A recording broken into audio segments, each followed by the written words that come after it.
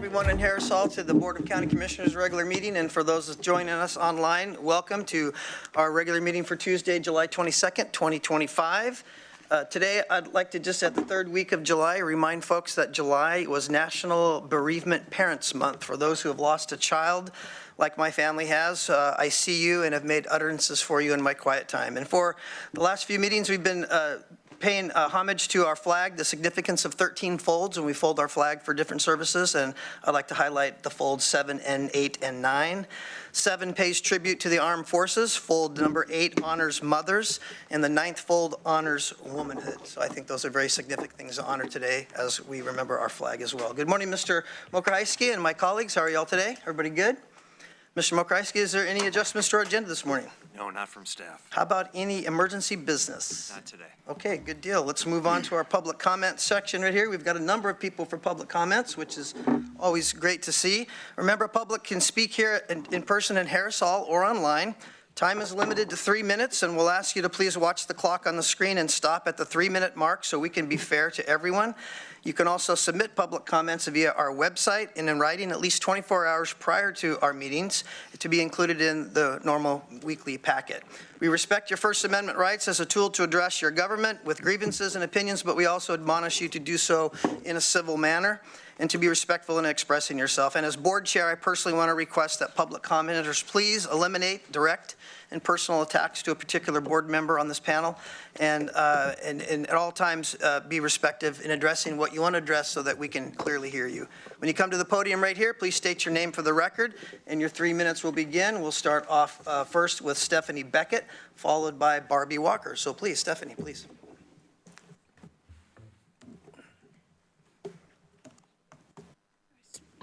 Is this what I speak into right here? You're doing perfect so far. Okay, I'm a native Eugenian. I've been here all my life, 74 years old. And the concern that I have for the Navigation Center is that when I was young, kind of for a joke, somebody came and put acid in a candy bar and started me on drugs really young, 16 from the South Eugene High School. And when I see a Navigation Center close to a school, it concerns me highly, and I've seen the homelessness and the wreckage of Eugene pick up and up and up. And so when we're spending our tax dollars on the kind of things that we are, I am all for charity and mercy and things like that, but I went through 5 years of drug addiction after that, and went through Teen Challenge, which was no government money, and got set free from that, from drug addiction. And many of the people that are homeless or Navigation Center type of things really have addictive problems or situations, and then you put a whole group of them together. And I got some great ideas in those kind of things that was towards the darkness. You know, I learned how to steal a little better, how to get a different drug, and all of that.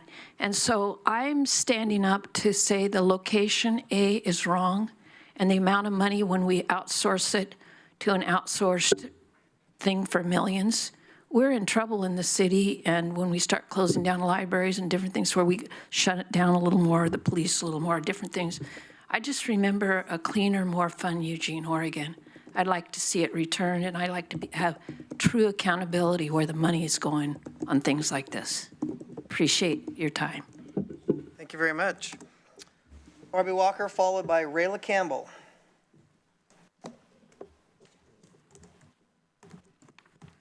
Good morning, Commissioners, Chair, Vice Chair. Thank you for the opportunity to speak in front of you. My name is Barbie Walker, City of Eugene, Ward 7, University of Oregon graduate, 2001, biology major, chemistry minor, emphasis genetics. I'm also University District Business Association Board President, retired, Junior League of Eugene sustainer, founder of the 15th night passed in House Bill 2402, and also now recognized as the DMV form determination of homelessness. So I wrote some things down because what happens is I get to small talking with people and I process what they're saying and I forget what I'm gonna say. So when we look at the different nonprofits that we have in Lane County, Eugene, I believe we have something over 200 in the city. And that shows that we are a town of advocacy.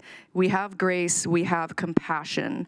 Now, when we're speaking particularly about the Navigation Center, I'd like to look at a couple things. I'd like to look at being fiscally responsible. I'd like to look at the money going in and the measurable return that we are getting. We have to look at our virtue signaling. Are we accidentally keeping people in their own crisis and in their own addiction? Now we have to look at a time and a place. Time fiscally, this budget, $4 million, I believe is what we're looking at for 75 people. How is that penciling out and what are the line items? Now place. The Navigation Center is an extremely low barrier building with low barrier supervision for being good stewards to their neighbors, whether it's local, loving businesses, schools, established neighborhoods, and the kids that frequent those businesses, whether it's McDonald's, the Riviera Center, the dollar store, what it may be. These established, hardworking families in their neighborhoods might deserve better stewards. So I'm not opposed to nonprofits that are fiscally sound, make measurable progress for those they are serving, and are good stewards to their neighbors. So what I'm asking you is to please be organized, be pragmatic with our budgets, and be good stewards to your neighbors. We are asking you for help on this. Thank you. Thank you very much. Rayla Campbell, followed by Rich Luck.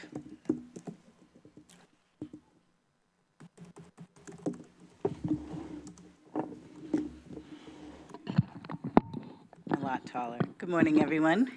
My name is Rayla Campbell, and I am here to speak with you guys about this Navigation Center.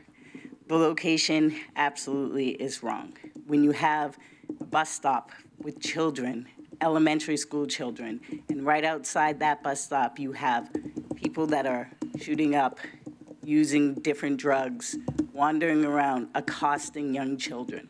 Where is the equity for the children in the neighborhood? Where is the equity for the parents that are afraid to allow their children to go out for fear of what may happen to them? This center is in the wrong place. It is way too close to schools. It is endangering the community, and there needs to be some accountability for that. I, again, am all for nonprofits, but location is key. And when it's harming the community, and you see that children are in danger, what's it going to take for something to be done? A child to prick their finger on a needle and have years and years of trauma and damage that may be done? Or what about if they come across just a little bit of fentanyl? Don't even have to ingest it, they touch it, and it goes into their body, and that child dies. Is that what it's gonna take for you to realize the danger of what is happening right now and what we see going on in the community? It is there for everybody to see.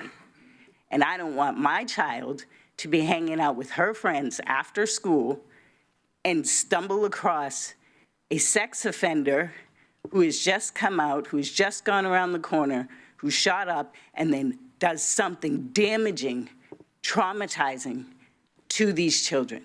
And it can happen. The same thing with the bus stop. We have had it happen in this country already, where someone addicted to drugs right outside a Navigation Center got on that bus and held those children hostage. This is the importance of looking at what's going on in the community. The amount of money is absurd, and there is another place for you to put this center where you're not putting the children of Eugene in danger. Thank you guys so much. Thank you. Rich Luck, followed by Janet Ayers. Morning, my name's Rich Locke. I'm a Lane County rural resident. I'm a business owner in Eugene, and I'm the founder and president of the Eugene Business Alliance. To get right to the point so we don't skip it is that this is in the wrong spot. It's not that we don't need a program like this, but it is in the wrong spot. I believe that Ms. Budd's presentation that was given to you folks last week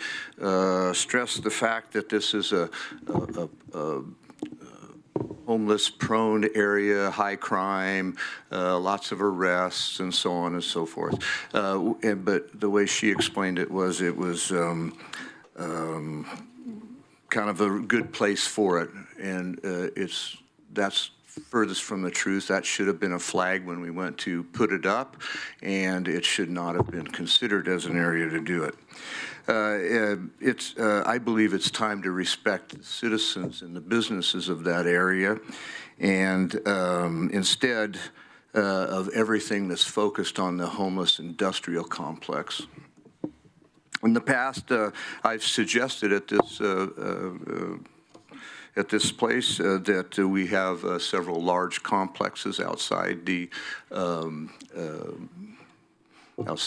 cities, and that would be ran in the counties on county property, places where all homeless can go to, especially a place where the services can meet their customers, not the customers meeting services throughout all of our areas that are scattered everywhere. That's the problem. We have it's a patchwork of services, and these places where they're congested or they have lots of patronage, they're not doing it in their parking lots, they're doing it in ours and in front of our residents and around our children. I did want to bring to the point that that the $4 million roughly that you're asking to float this contract equals to $53,000 a bed, and that's just for housing. That's just to put them there. Then you got to add in all the other services on top of that. I'd like to point out also that the Equitable Social Solution is based out of Kentucky. It's part of a very large corporation that's traded on the New York Stock Exchange at $11.5 billion of revenue per year, and it's very proud to say that the 37,000 employees that it have generate $320,000 per employee. Mr. Locke, your time is up. Thank you. Very much. Janet Ayers, followed by Steve Gilbert.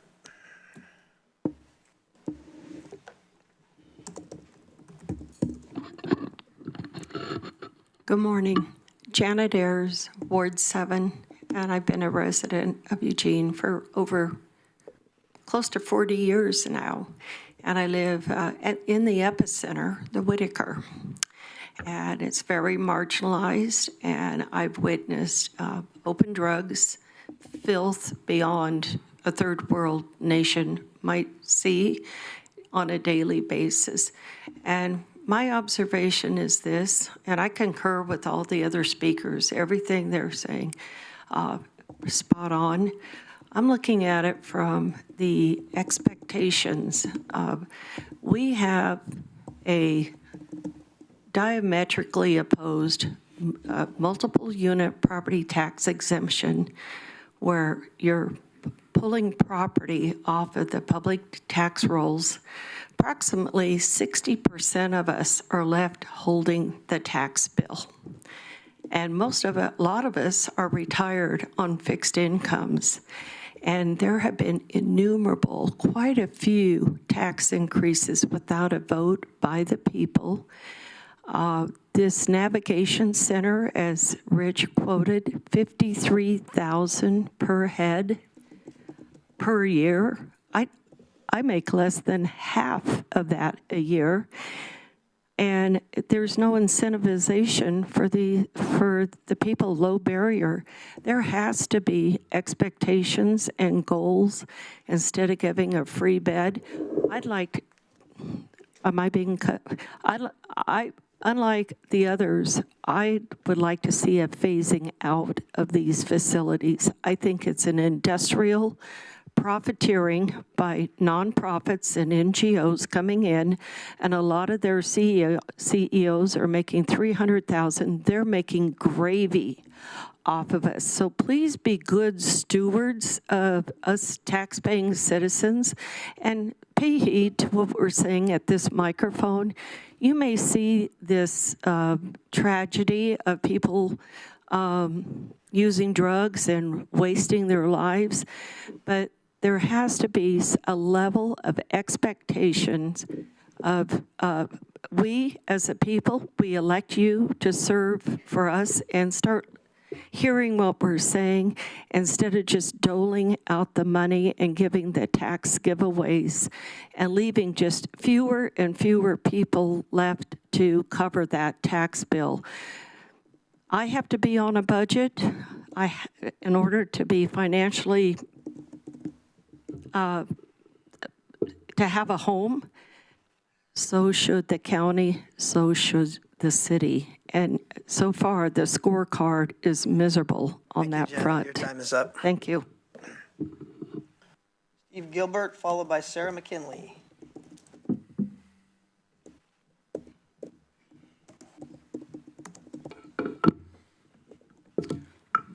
Good morning. I'm Steve Gilbert, lifelong resident of Bethel. My wife and I both were born and raised here, and we've raised 7 kids in Bethel and haven't found a way to get out of Bethel for whatever reason. This is my first opportunity to talk to you guys today, and I guess what I'd like to do is maybe back the bus up a little and go back to 2017, 2018. Lane County had 1,600 homeless people. Lane County and Eugene at that time called this a crisis. I'd kind of like to go back to that crisis. Lane County and the city of Eugene studied that crisis and came out with the TAC report. The TAC report laid out a plan to eliminate homelessness. That's a quote. To eliminate homelessness here with local government partnering with nonprofit organizations. Mayor Lucy Venus stated in 2019 State of the City the following regarding the TAC report. We are no longer talking about a Band-Aid. We're creating a strategic plan to strengthen our capacity. Well, a not so funny thing happened on the way to eliminating homelessness in Eugene. This plan did not eliminate homelessness here, obviously. In fact, it fueled it. Eugene now leads the country in homelessness per capita, and we're growing at double digits every year. This can only be called a failure. It is a failure that is currently wrecking our neighborhoods and our businesses. As a kid, I remember my grandfather saying, and I'm sure you've all heard it, the first thing to do when you find yourself in a hole is to stop digging. I'm not sure why we aren't looking outside of this area to see what other communities are doing. I'm going to leave an article here that I hope that you read from a city called Denton in Texas. Thank you. Thank you, Mr. Gilbert. Sarah Kinley, followed by Chris Combs, please. Hello, I'm Sarah McKinley. I'm a mom of 4, 2 that go to North. I'm a small business owner and a property owner near the Navigation Center. I want to start by clearly saying I support shelters. I support helping unhoused in any way we can. We need these services, and we need them desperately. But I do want to share, North Eugene High School is right down the road, so close. It's open campus, and if you go there during the school day or even after the school day, it's filled with students, packed, okay? Even not during like the start of school and the after school, because kids come and go at North Eugene. Students are walking to grocery outlet, Dollar Tree, McDonald's, Domino's during and after school. Track and cross-country athletes run our neighborhoods. They run the bike path. There is 3 bus stops that our children are in and on. Right in that, we have a brand new school built by the community, a bond. and it's growing. The school is growing. We have 2 new fields that will be filled with families, and the traffic will increase intensely right there in that area. And it will be families. So students should feel safe walking through our neighborhoods. Parents should feel comfortable letting them go for snacks or a school project needs. As I've asked before, have you reached out to the school? Have we reached out to 4J? Have we asked the school security teams? What's going on? How is this impacting them? It is really crucial to know, we've talked to the community groups, but have we talked to the schools? Have we talked to the parents? I listened to the last meetings in the Navigation Center and the work sessions, and it is really wrong to believe that the small businesses and the families are in support of this just because we haven't heard them. They are compassionate people, and they want to help, and they don't know who to complain to. They don't know how to organize. North Eugene is a low economic school. We all know that. They don't know where to put these complaints. I'm a small property, a business owner in a property. When my fences get cut, I can make a report to the sheriff, but that's all I got. What else can I do? And so damage is being done all the time, and we don't know who to complain to. We don't know who to talk to. We don't know who's responsible. And many people are actually afraid. They're afraid that their names will, it'll get back and there'll be repercussions. And many people believe there's been many repercussions for complaining. That word did not come out right. Anyway, thank you. I just want to. Thank you very much. Your time is up, sir. I appreciate it. Chris Combs, followed by Natalie Crowder. Good morning. Thank you for being here. My name is Chris Coombs. I'm going to change the subject. So I serve as the director for the Early Childhood Hub of Lane County at United Way. If you're unfamiliar with Oregon's early learning hubs, there are 16 of us across the state. These hubs are systems-building organizations designed to coordinate and connect early childhood services and improve outcomes for children and families. I'm here today to speak to the critical importance of preserving our nurse-family partnership home visiting program.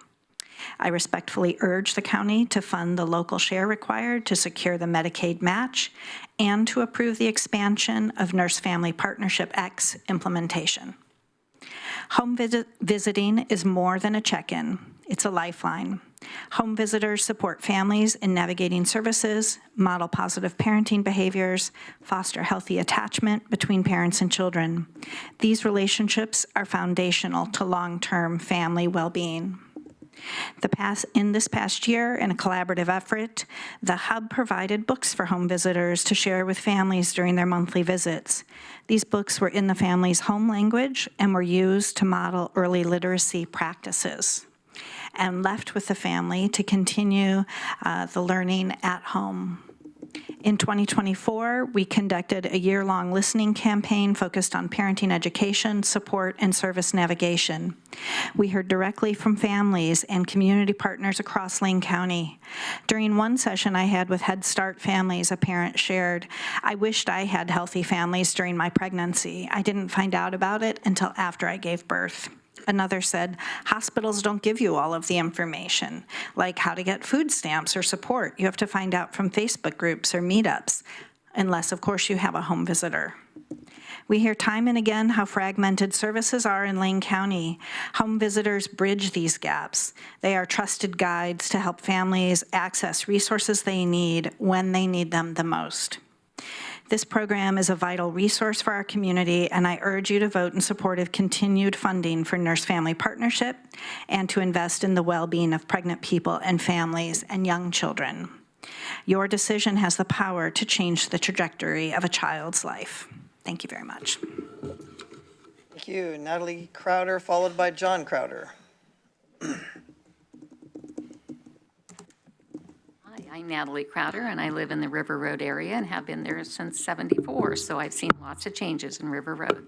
My children went to North Eugene High School and all the elementary schools. There are several things. I've gone door to door and talked to people that have said, I live in this neighborhood. I've had multiple instances of these fine individuals caught in broad daylight enter a driveway and stealing. When confronted, they're very confrontational and aggressive. We have another person that says, this is a person that works at the diner. The disgusting drug use and blatant disregard for people and businesses are at an all-time high. Sidewalks and buildings being used as toilets, any nook and cranny. Constant fighting and screaming. I work at the diner, and I'm sick what I see at every shift.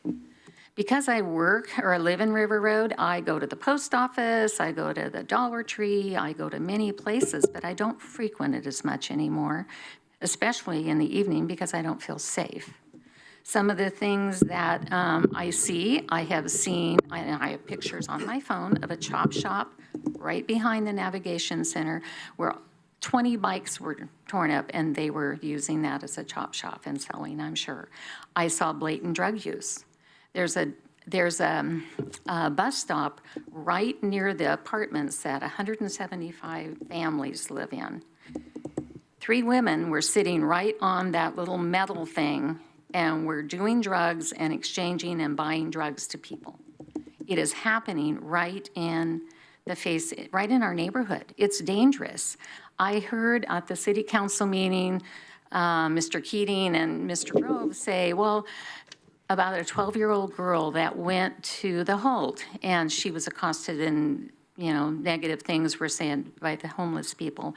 Well, what about our kids in River Road that are standing at that bus stop that inhabit the apartments right next to the Navigation Center and that walk to the high school? Do we not care about those children? Do we only show compassion to somebody going to the Holt? On Sunday, I witnessed and was involved in a CPR right at the end of the shopping center by the Navigation Center. A man he was dead. We were able to revive him. And when the paramedics said, I asked if he was going to be okay as I was leaving, and their quote was, fentanyl crisis we deal with every day in Eugene. And that's true, we do, all of Eugene. But we have a lot of it out there. And we really do deserve better out there. I do believe in places that we can have help for these people, but we're not helping them by just giving them a meal and a shelter. Thank you very much. I had more to say. John Crowder, followed by Grant Johnson.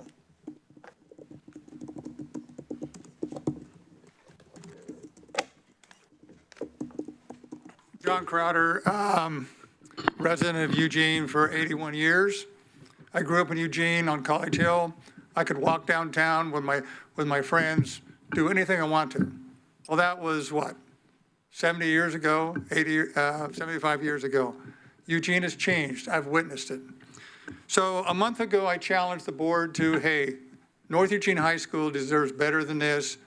All you folks live around high schools, and I'm not saying you don't want it in your community either. And so since then, I did watch I guess your meeting that you had and saw that. And I appreciate Ryan asking, he said he wanted to hear from the community. And so you've heard from the community some today, and I appreciate Ryan. I know that this wasn't in your district initially, but the Navigation Center, and you went and you boots on the ground checking it out. So folks that's spoken here, we have checked things out. The community around Santa Clara River Road, they live in fear. They actually live in fear. Businesses will not call the police because they're going to get action will be against them. Families don't go shopping in the center. I mean, and you've heard a lot of testimony here. So where do we go from here? You have a budget of over, I looked online, over $1 billion. You got a lot on your plate. And so then I went and looked at the mission statement. It says, we responsibly manage available resources to deliver vital community-centered services with passion, drive, and focus. Where was the word safety? Where was the word livability? I went to the city council meeting last week. Presidents of banks got up and spoke because their employees are afraid to go to work. They're afraid to go to work. And we have families in River Road that are afraid to go shopping. They're afraid. And it's responsibility of this county and city. Residents need to be safe. And they aren't safe because of the Navigation Center. In 2022, folks on the board made the contract. You've had 3 years for that center to be there. It does not belong there. It's like a cancerous growth. What do we do when we have cancer? We go through and we correct it. You folks have the power to make a decision to correct what's going on in River Road, Santa Clara, and encourage you to do it. Thank you. Thank you very much. Grant Johnson, followed by Joseph Washburn. Good morning. Thank you for the time. I'm an Oregon resident. I was born here in Oregon. I left in 1978 to serve the country, the United States Air Force, and again, another career as a civil servant. And I was gone for over 44 years. But when it started looking like I was able to move back here to my home state, I was watching the state. I was watching Eugene for the last few years. And it saddens me to see the decisions that have been made, not only locally, but by our legislature. I met with Nancy Nathanson at one point, and I asked her the simple question, why would the legislature open the door to drugs? Just open the door, knowing that there was not going to be positive outcomes. And what she told me is that the legislature voted what the people wanted. And I looked at her and I said, I have a hard time believing that. And then when they turned around and they decided they were going to turn that back around, then it looked to me like they were making a decision based on a failed plan. So on a local level here, and I agree with everything that's been said so far, and I can't add a whole lot more to that, but I would like to say that while I've lived here for the last 3 years, I've seen a downturn. I've seen more danger, more unsafe living around our area, and it's shocking. And I'm also hearing, not that I believe all the hearsay, but I'm hearing that the River Road area is slated for a number of places that add to the problem, where you have more problem folks coming in. And I'll tell you, I'm a compassionate person. I would like to end homelessness. I would like to end the drug addiction. But it seems like every organization that I speak to, nobody has the answer. And yet what we want to do is we want to bring this into the neighborhood. We want to place this around where businesses and kids are walking down the street. And it just doesn't seem to be that we're really coming to a simple answer. I agree with the fact that there's places around Eugene that could be better placed, but not a place where they're just free to do whatever they choose to do. There has to be some accountability, and our government structures have got to name what that accountability is, and there has to be that type of action when people are going to break those laws. If you look around, if you drive around, even on the Beltline there, you find stolen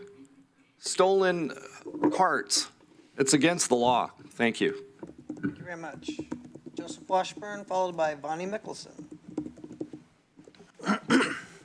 Good morning. My name is Joseph Washburn. I am a Springfield resident, a father of 4, a former U.S. Army Green Beret, and currently a director at Everyone Village Emergency Shelter off West 11th. I am definitely not anti-shelter. I struggled immensely after I separated from my service, finding meaningful employment and community. At Everyone Village, I found both. I finally feel at home being around the unhoused, and it's taken me a while to realize that just because you live in a home or a house doesn't mean you're not homeless. I have one point of dissent from many of the other people that have already commented.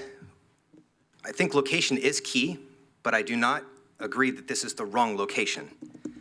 I think if different things were occurring, it would be acceptable location. And I think really that's what's at the crux of that point there.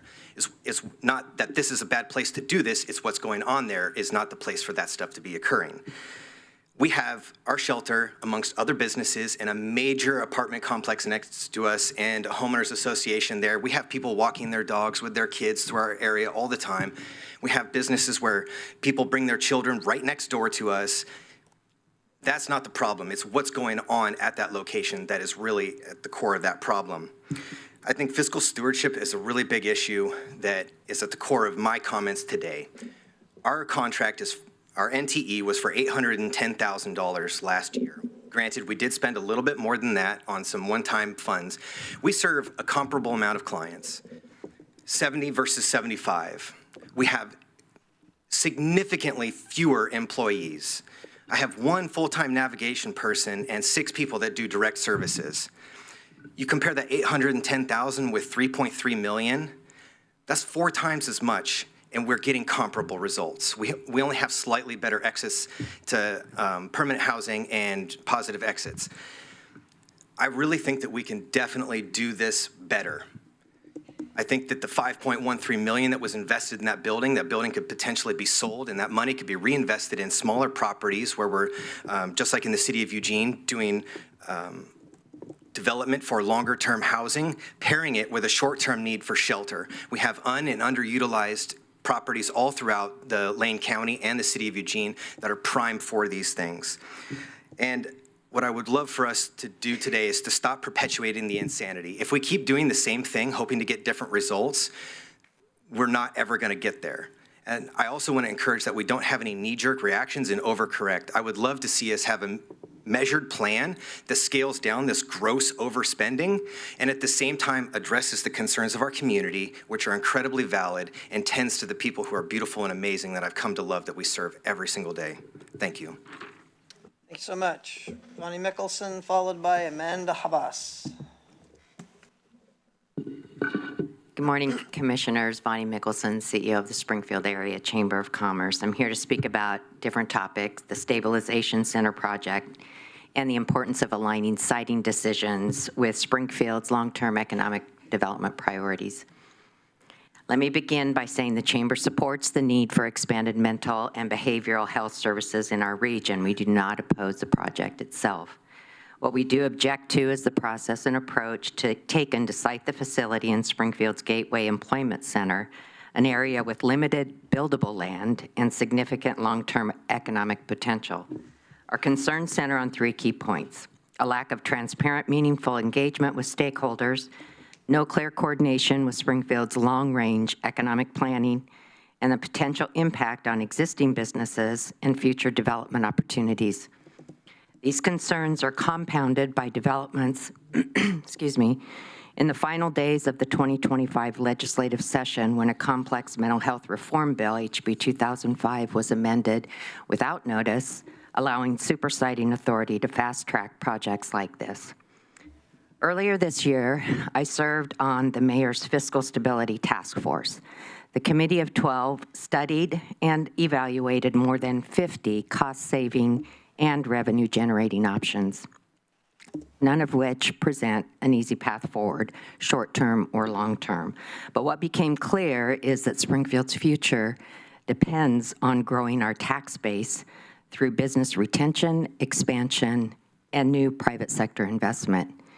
Naturally, we must ask, will this project, if located in Springfield, contribute to those goals? Proceeding without a deliberate assessment of near and long-term economic impacts will have consequences for Springfield.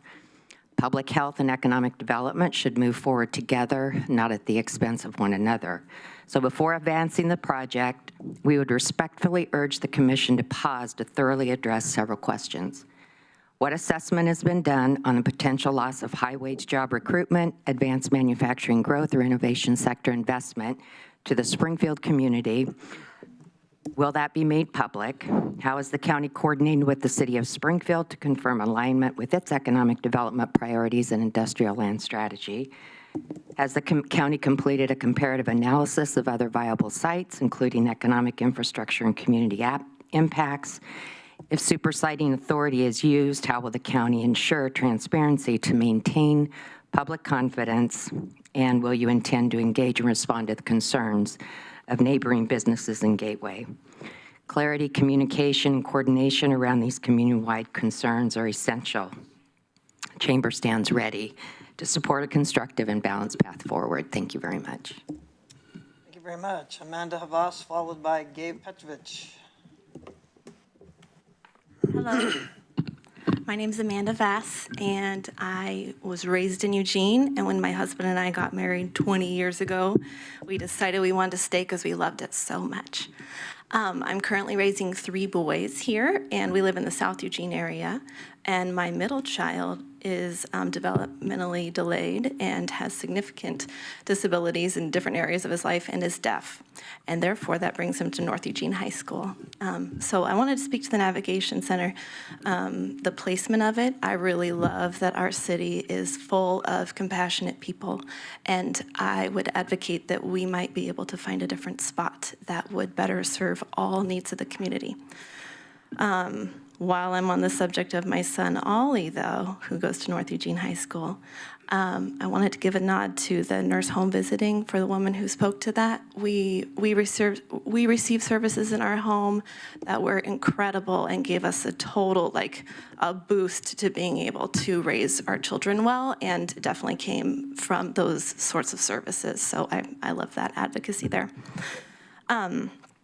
I wanted to bring a little bit of a different perspective for what people have shared. I agree with what people are saying. I was inspired by the ideas of how to just change it, maybe not move it, but maybe change it. But with a child who started to walk at 7, he was in a wheelchair up until the age of 7, and he started to learn how to walk. It's really exciting to see him live his life.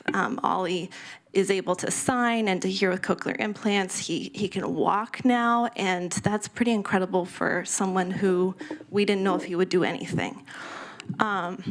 Really early on in life, he was like, we didn't know if he would live. So part of his education at North Eugene, they're doing a great job.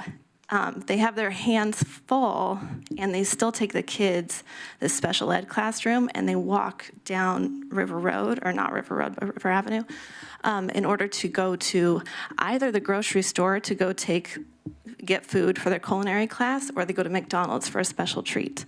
So thank you, North Eugene. You're buying my children, or my kiddo, French fries at 10 a.m. But he really enjoys it. But the concern around this very vulnerable population walking down that area, it's a big deal to take care of this vulnerable population. It's a really big deal. And I don't hear a ton of people coming out to advocate for our children or our special needs children who can't even speak for themselves. And so when you're making these decisions, I just ask that you would think about this very vulnerable population trying to move within this space and find out a really successful way for us all to work together. Thank you. Thank you very much. Gabe, hands up, and then David Eigel is next. Good morning, everybody. Gabe Piavich, Lane County resident, father of 4, former EC Cares employee, so advocating for kids that need that support, and founder and executive director of Everyone Village. I'm here to tell you, commissioners, that it is actually very possible to operate the Navigation Center at a considerably lower cost and still achieve the same, if not better, client outcomes and definitely better neighborhood outcomes for everyone that spoke this morning, certainly. To prove this, I'm going to share a quick set of comparables similar to what Joseph shared. Everyone Village, fiscal year 25 data, Navigation Center, fiscal year 25 data, all complete as we just wrapped that year up. Both low barrier emergency shelters. Both funded through public dollars. 70 clients at E1V, 75 clients at Nav Center. Contract amount E1V, $810,000 per year. Nav Center, $3.3 million for FY25. Exits to permanent housing, E1V 46%, exits to permanent housing 38% at Nav Center, exits to positive situations 50% E1V, 40% Nav Center. Now, that's a clear comparison, and let's just say, for argument's sake, they're serving higher acuity clients. We all know that, but let's shift those over in arguments to get you where we really need to focus. It balances out. Our data would probably go down in outcomes because we're serving higher acuity clients like the NAV Center, but it would balance out because we're already outpacing them at performance outcomes for client services. Yet the fact would remain $810,000 for the same product or $3.3 million. The choice seems really clear to me in the measure of fiscal responsibility. For the same comparison, we can look at safety. As Joseph noted, Everyone Village is in a much more dense residential area than the NAV Center is, and we're a welcome presence in our community. We've increased the livability of that neighborhood, and I dare say we've gotten good, strong comments and data from our neighbors that we've actually increased the property value of some of our area residents around us. That is staggering and compelling, and we need to take a hard look at different ways of doing the same thing. And that is what we're suggesting today. The NAV Center project and programming should not cost $3.3 million per year. It should not. We can do better, and we must do better. So I look to you now, commissioners, to be the brave and smart leaders this county needs, and I, as your constituent, demand. There are at least 3 better ways to move forward with this project that we can share with you from the Everyone Village side. We have strategy, data, and ready-to-go ideas. We're happy to share those with the county if they see fit to move forward in a new way. Our future is so bright if you will lead us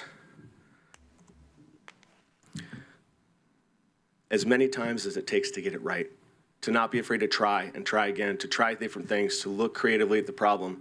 We've done that at Spades and Everyone Village. You've all been there, and you've all affirmed that we're doing some really remarkable work out there, and we're here to share it. We don't besmirch the NAV Center. We just know we can come alongside and create a much better scenario for everyone involved and save our very tight bottom line and limited resources quite a bit that we can spread out in other ways. Thank you. Thank you very much. David Eigel, followed by Bill Compton.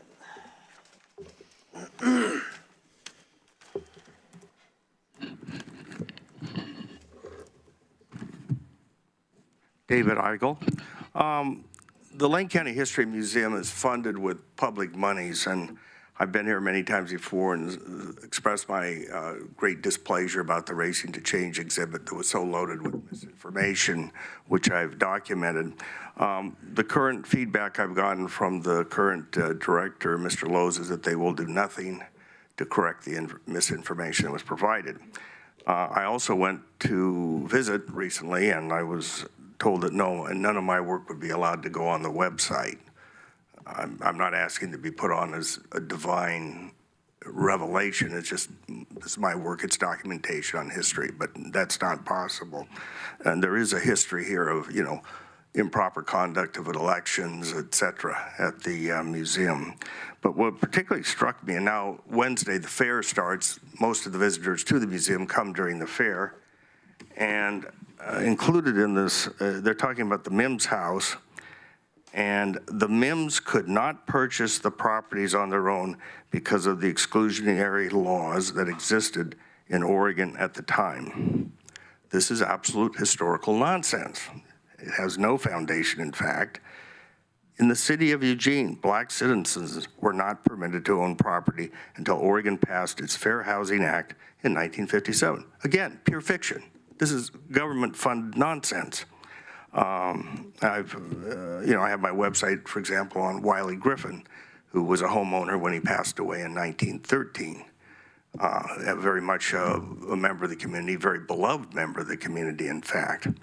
So I'm tossing the ball to you folks. It's your responsibility. You've got some problems over there, and I don't have the authority to deal with it. I will be, in the future, I'm going to use the legal process to ensure that I have a right to contact, as the law, Oregon law requires, that I can contact the membership of the Oregon or the Lane County Historical Society prior to the next board election, but that's going to be a ways off. And if they don't follow the law this time, I will be getting an attorney, and they'll end up paying for it. So in the meantime, you folks have an obligation. The fair opens in another day, and this is the kind of nonsense that's going to be presented to the population. Thank you for your attention. Thank you very much, Bill Compton. Then we'll go to our online queue.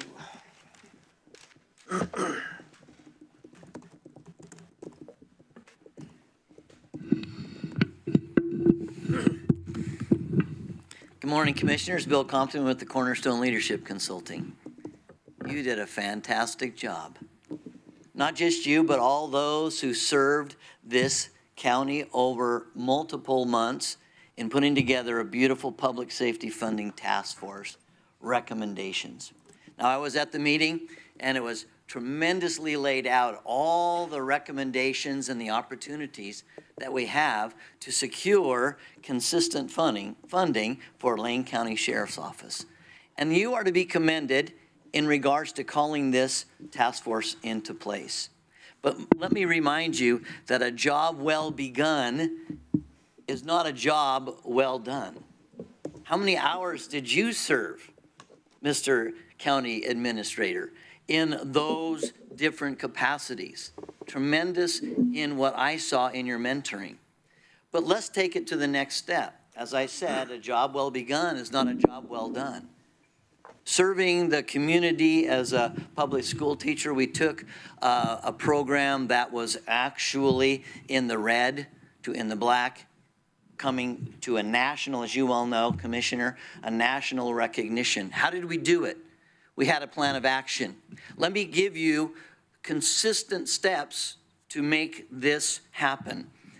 Decide a course of action based upon the hard work that's already been done.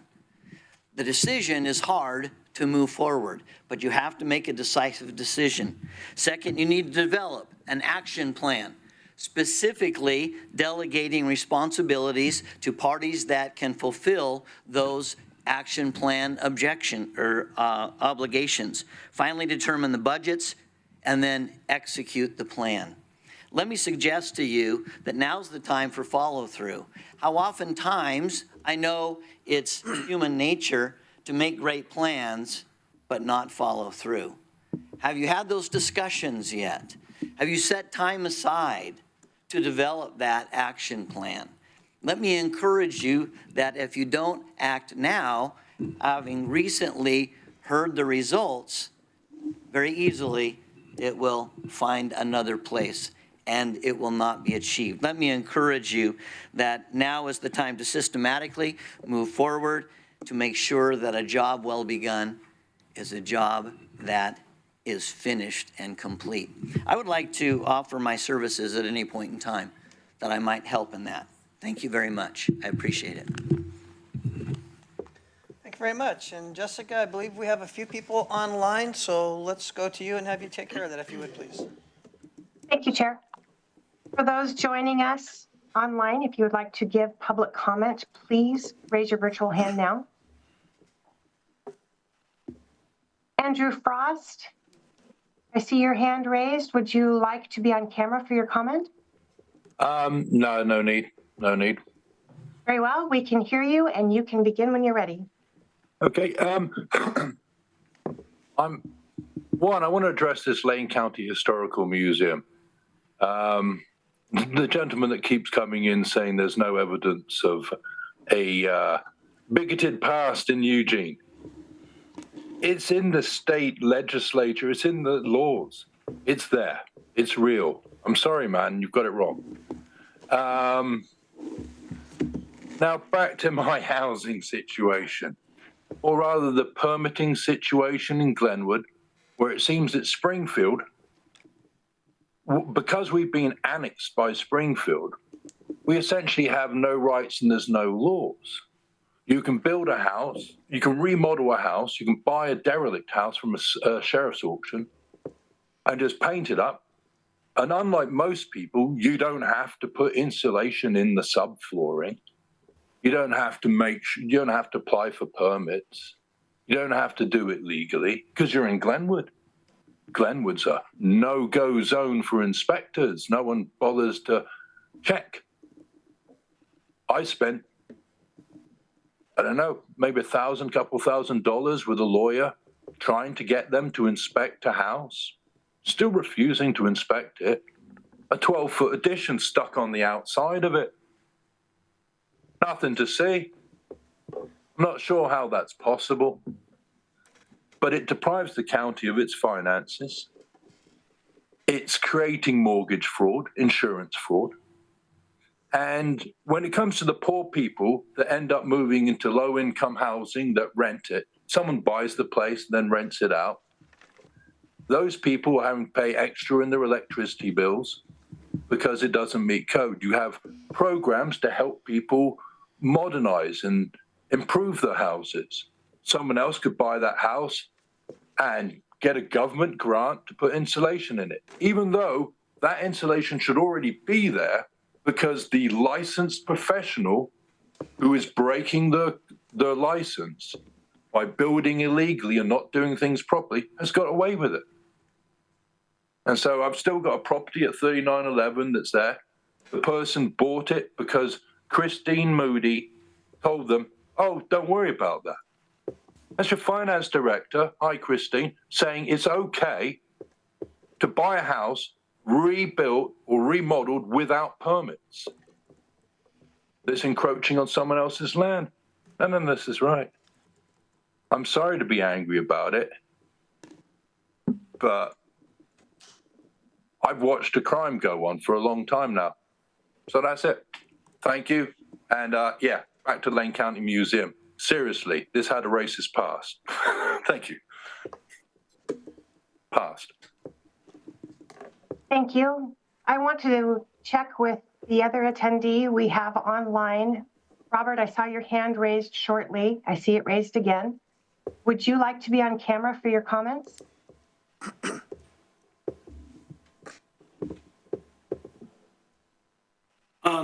Thank you for taking the time to hear me. This has to do with the safety corridor on London Road. As a 35-year resident, I have seen a significant increase in traffic and speeding violations over the years. A traffic study by Lane County done in 2023 using their speed trailer was clocking between 8,000 to 10,000 vehicles per day traveling on London Road in March of 2023 and August of 2023. In the March study, which covered 2 weeks, over 22% of the vehicles were clocked as speeders, and in the August study, which covered 3 weeks, 25 to 29% were speeders. The studies did not list the maximum speeds clocked, but from personal experience, I know many were significantly above the posted limit.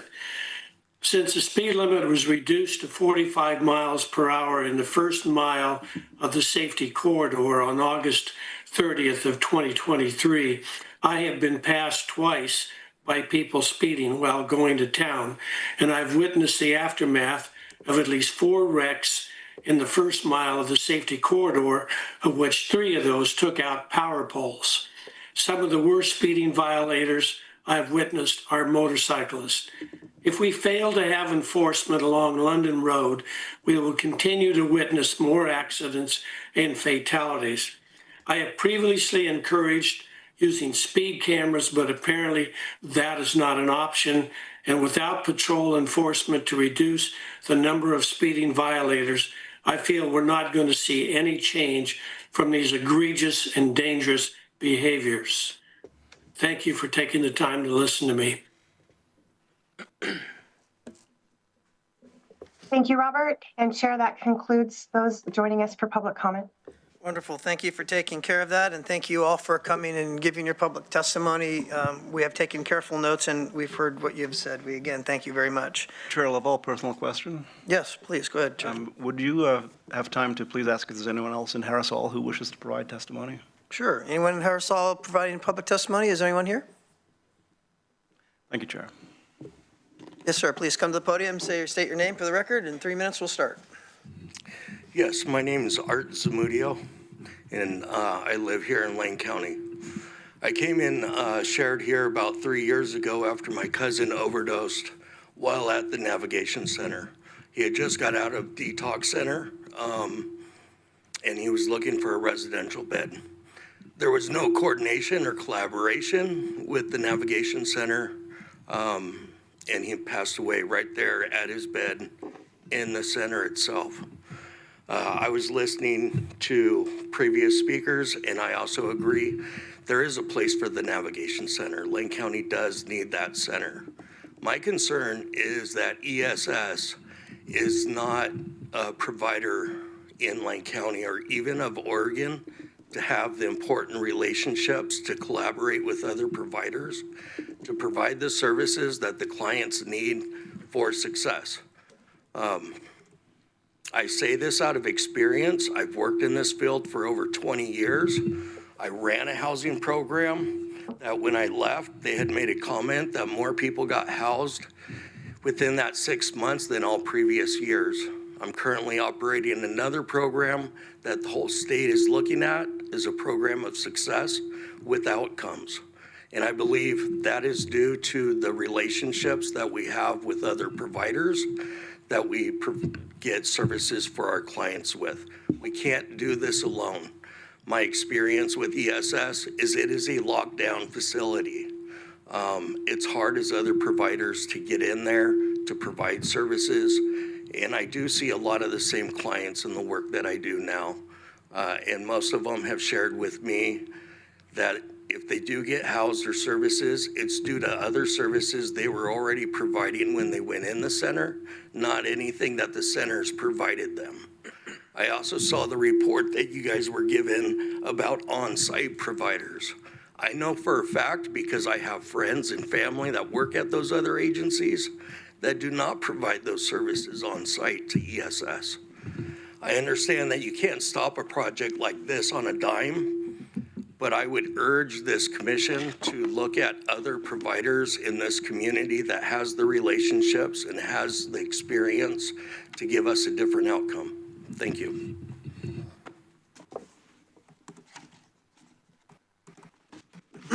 Thank you very much. I appreciate that. Okay, moving right along on our schedule, we come to our consent calendar.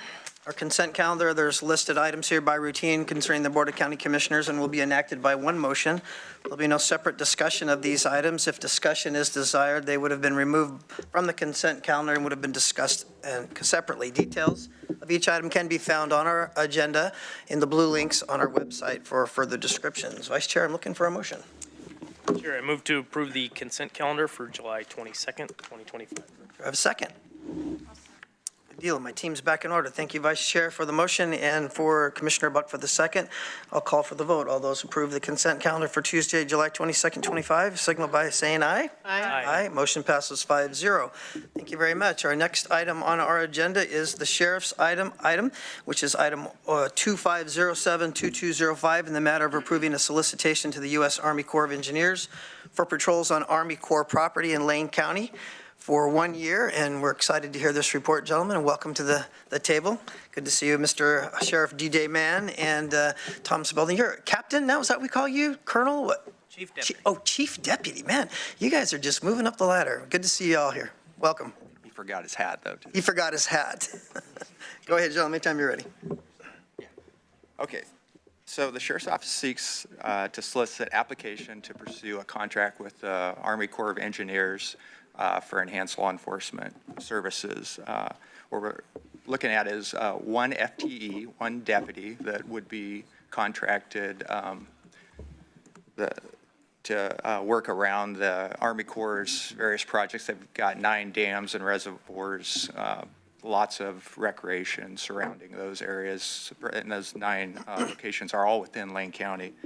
Those locations are our primary response if a crime happens anyway, or that our office is responsible for. So we'd be excited to have a deputy assigned to that task. We've had a good partnership with Army Corps for years. A long time ago, we actually contracted on overtime for some patrols like Pine Meadows. Cottage Grove Reservoir gets really busy, and we'd have deputies just on overtime go patrol that area for them. Like I say, they've been talking to us for a couple of years. The Army Corps has come up with the funds. They believe they can fund it. It's a 100% funded contract with the startup cost included, which is great because it's expensive to start out a new position. When you talk about the vehicle, all the uniform stuff, the firearms, computer, there's a lot of stuff that goes with that initial startup. What the deputy will do, be visible patrols around those dam projects, contacting folks recreating, some infrastructure protection, any crimes that happen or threat mitigation stuff around those areas. They would be available to the Army Corps, really to work the projects that they need help with. Like when they did the big drawdown at Lookout, there was concern about folks venturing out with vehicles into the mud flats, getting stuck, that type of stuff.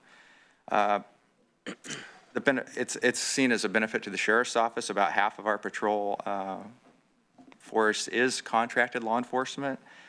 These contracts are critical to providing the public safety to our community. I don't really have any more. I'll just open it up to questions. Great, questions from the board? Maybe Chief Deputy has something to add. Chief Deputy, go ahead, please. Yeah, just to add real quick, I think DJ covered it pretty well. I mean, we're talking about right now incidents that happen at these Corps of Engineers sites. We are the response, but we don't have the staffing regularly to really proactively patrol these rural areas where a lot of these important infrastructure pieces are at. I mean, we're talking about power facilities and dams. So the ability to have a deputy that's paid for by the Corps of Engineers to do proactive patrols of these important infrastructure sites would definitely be beneficial to the entire community. Indeed. Yes, Commissioner Trigger. Thank you. Thank you for this, and thank you for working to secure a partner who brings with them the funding that's needed. What will the relationship look like? As you said, Sheriff's Office's response, but there'll be sort of patrol, and but what will that interplay look like just generally? I mean, this is a contract through the Sheriff's Office, so there's some oversight of ensuring that they're actually fulfilling the contract? Like, how will this actually sort of in a day-to-day way roll out? Yeah, absolutely. The deputy that is assigned to the contract, of course, their primary responsibility is going to be to patrol those facilities at the request and direction and collaboration with the Corps of Engineers. Of course, having another deputy out there in rural Lane County, you know, in the event that there is another type of emergency where that deputy is the closest, that deputy would be able to, and this is, you know, negotiated with Corps of Engineers, be able to stabilize or at least respond to stabilize that other incident.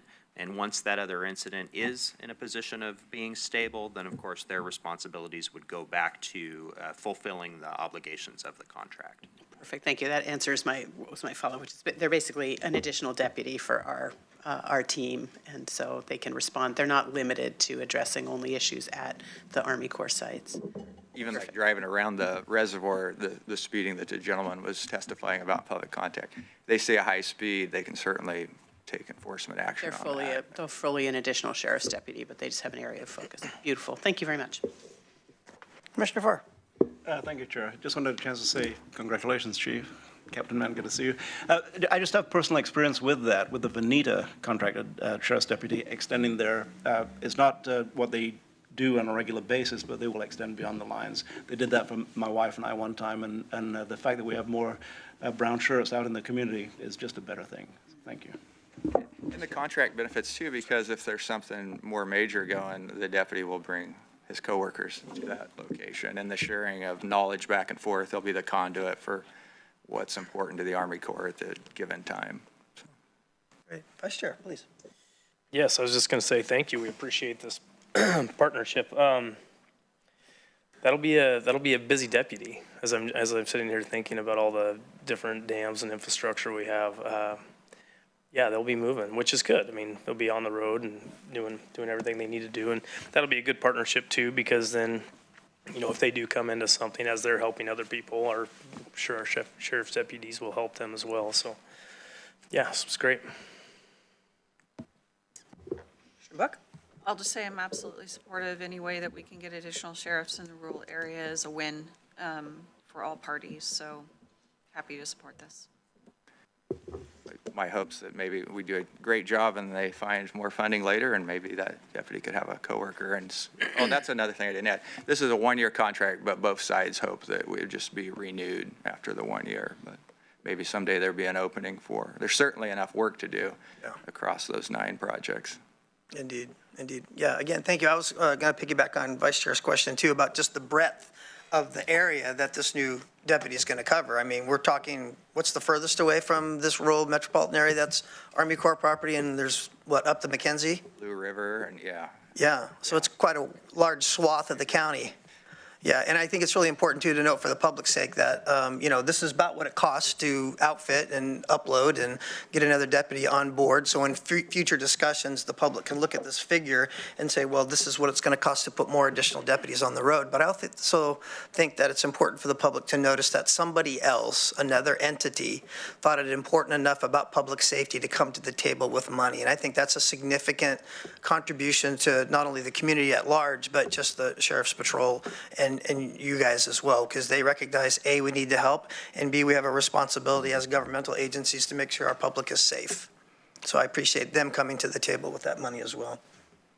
Any other comments? Any other questions or comments from you two? Ken, you do a super job. We're proud of what you do, and we're proud that you work for Lane County. Thank you very much for your service. Thank you. Move to approve the order. Oh, when you have an order here in front of us, too, that's you. Thank you for reminding me. Yes, Chair, Vice Chair. Yes, I move to approve Order 2507-2205 in the matter of approving a solicitation to the U.S. Army Corps of Engineers for patrols on Army Corps properties in Lane County for 1 year in the amount of $279,475 and delegating authority to the county administrator to sign the solicitation and subsequent contract if awarded. Great. I have a motion by the Vice Chair. Do I have a second? Second. Thank you very much. We have a motion by the Vice Chair to approve the order number 25072205 and a second by Commissioner Buck. Any discussion to the motion? Seeing none, I'll call for the vote. All those in favor signify with an aye. Aye. Motion passes 5-0. Wonderful. That's a good one. All right, our next item on the docket is our Health and Human Services item. This is Order 25070810 in the matter of approving a contract action with Equitable Social Solutions for the Navigational Center operations and delegating authority to the county administrator. With us, looks like we have James Ewell, and looks like we have Kate Budd and our Head of Health and Human Services, the incomparable Eve Gray. How are you? You want to go ahead and take the helm here? Sure. So I think, as all of you know, we had a work session at our last board meeting around the Navigation Center, and we're asked to come back at this meeting with a request to fund the contract for the Navigation Center. I think maybe of interest now would be for us to respond to any questions that you all have that were generated as a result of public comment, and then we can move forward with additional discussion. I don't know that we came prepared with any kind of a presentation. Okay, to the board. Yes, Commissioner Farr. Thank you, Chair. I have no questions regarding previous the comment. I think we responded to many of the points that were made prior to this meeting. I just wanted to mention that the 2-week interim that we just went through, we could have approved this contract 2 weeks ago. I think we're prepared to, but Commissioner Sennig asked for a 2-week interim. It gave me and others an opportunity to kind of look around in the area, talk to the both the operators and some of the locals who live in the area. And I had a chance to sit in on one of the Navigation Center's board meetings and met the Eugene lieutenant who is responsible for, among other things, responsible for that area. Had a good chance to talk about what are the proactive elements that are moving forward from the approval of this contract, presuming today the contract is approved today. And I'm not going to go into the details right now, but there are plans in place to begin to respond to how the Navigation Center continues to be, and I'll restate that, continues to be a good neighbor in that area. And so we can talk more about that as we move forward with the contract and move forward with the operation of the Navigation Center. I remain convinced that it is a very small footprint compared, for instance, to Everyone Village, which is a pretty large footprint. And I think that we are, the numbers demonstrate that the men, women, and others who are moving through that facility, the people who are moving through that facility, occasionally youth, but not frequently, are receiving services and moving into a better situation. And that was the purpose of that, the Navigation Center. So I'm prepared to respond to the motion when that comes. Thank you. Vice Chair? Yeah, it was fairly robust public comment this morning. It was funny because I was writing down one of the quotes says, nobody has the answer. And I believe that Lane County hires some of the most intelligent and most dedicated staff to solving these issues. You know, so when you hear somebody come up from everyone's village that has the different numbers, and I was talking to Commissioner Farr about that early this week. I had just did some time at Buckley Sobering House and learning the new programs and all the things they're doing. And with the tension around the Navigation Center currently, and I believe there is tension there. I was really watching and really keeping an eye out, and the Buckley Sobering House hasn't been open very long, but I did notice, and they're two different programs, but you wouldn't notice what it was if there wasn't a sign there. I mean, there was no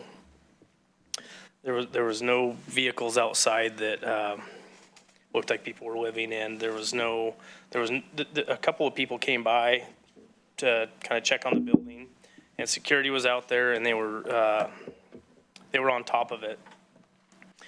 And then as you go, and as Gabe mentioned, we've all done time watching how everyone's village works, and you know, the same thing there. You don't see people coming and going. So I want to continue to be partners in this Navigation Center because I do believe we need it. But I would like to see ESS look at what they could do to be more proactive. I mean, the staff there is great. They really are. I don't know if they have enough resources for 75 beds that are that condensed. I mean, it seems like a lot possibly for low barrier. I mean, I think that might be one of the issues we're dealing with here. Commissioner Farr's right. Everyone's village is large, and everybody has their own little village, their own little building to stay in. So this is a different model, and what they're doing currently, I don't think is working as far as being as good of neighbors as they can be. So what if we had everyone's village here, Buckley Sobering House, and all our other partners, St. Vincent de Paul, everybody, what would their solution be? I don't have the solution. Nobody has the answer. I think it was Mr. Gilbert that said that. What would that look like? I mean, how can they, Riviera Shopping Center, I drive by there a couple times a week, and I circle back around and drive through and drive out. I understand why people don't feel safe there a lot. And we say it's not the people, maybe, Mr. Ewell, but I don't remember exactly which one of you said it, that it's not the people that are at the Navigation Center. But how do we know that? Because I kind of asked for what are the numbers in the Navigation Center during the day. If there's 75 beds, how many people are gone at 8 a.m. to 5 p.m. or just what does that look like? And until we are keeping track of the people that the Navigation Center is housing, I don't know as that we can say it's not those people. You know, it's not the people that are brought into that neighborhood. Thank you, Vice Chair. I think there is certainly additional opportunity for us to partner with the City of Eugene Police. What was described in public comment was it sounds like quite a bit of illegal activity that is happening in the neighborhood, and that illegal activity needs to be addressed. I'm a parent too. I don't want my kids going somewhere where people are shooting up or using drugs or any of those things, which the legislature, of course, made illegal again. And we run a wonderful deflection program that if law enforcement intercepts those individuals and we can offer deflection services or hold individuals accountable for illegal activity. To me, that's different from the Navigation Center itself. What I can confirm, and I think Kate and James will also, is that if law enforcement were to intercept someone from the Navigation Center who was engaging in illegal activity in the neighborhood, that individual would be held accountable based on the Good Neighbor Agreement that they sign. And we have, Equitable Social Solutions has exited people from the program as a result of violation of the Good Neighbor Agreement. So from my perspective, there is additional public safety presence that is needed in this neighborhood. We are happy to partner in any way that we can with the city police to assure that that activity is addressed, and we will make sure that our contractor addresses behaviors if we find out that Navigation Center residents are engaging in that activity that is disrupting the neighborhood.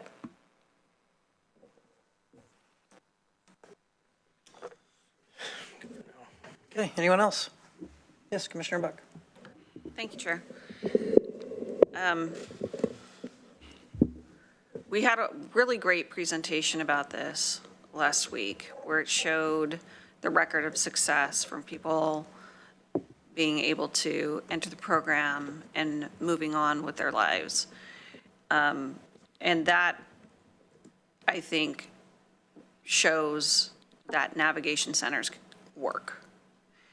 They are not the same as a houseless shelter.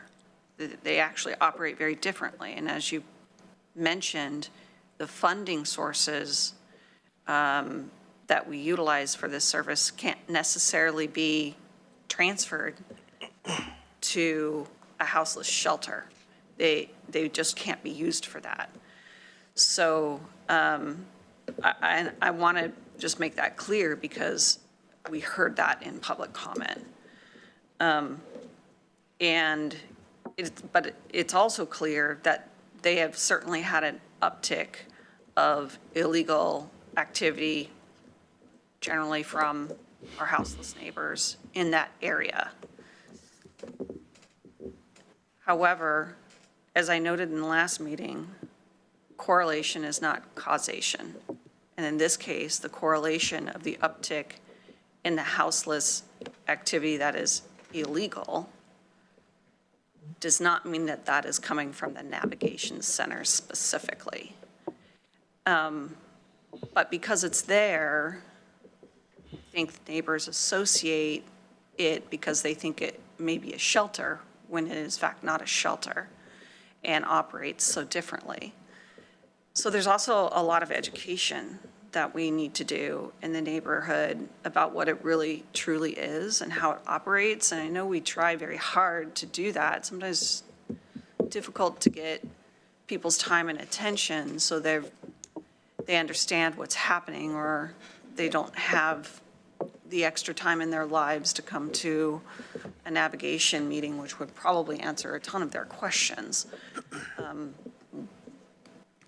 But also, we need to work with our City of Eugene partners, because it is clear that there is other negative activity there that needs to be addressed. And as you noted in the last meeting, we're seeing a lot of that activity push out from the city center into other neighborhoods around the city that may have traditionally not had as much activity, and that is impacting their quality of life. So addressing that is very important.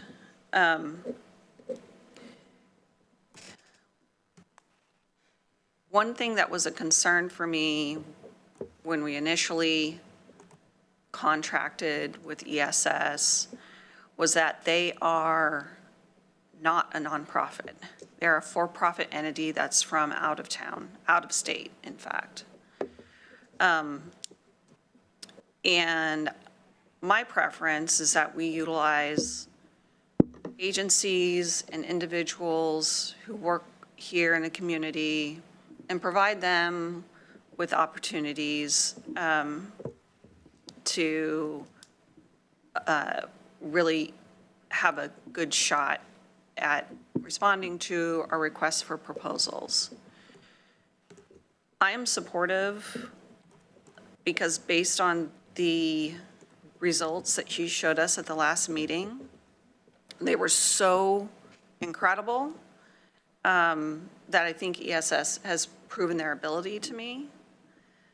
But it does beg the question that somewhat similar to our community benefits bidding protocol, where we have preference for local companies, local agencies, for competing for contracts, that we don't have that equivalent for contracts coming from our Health and Human Services Department, namely Human Services for contracts like these.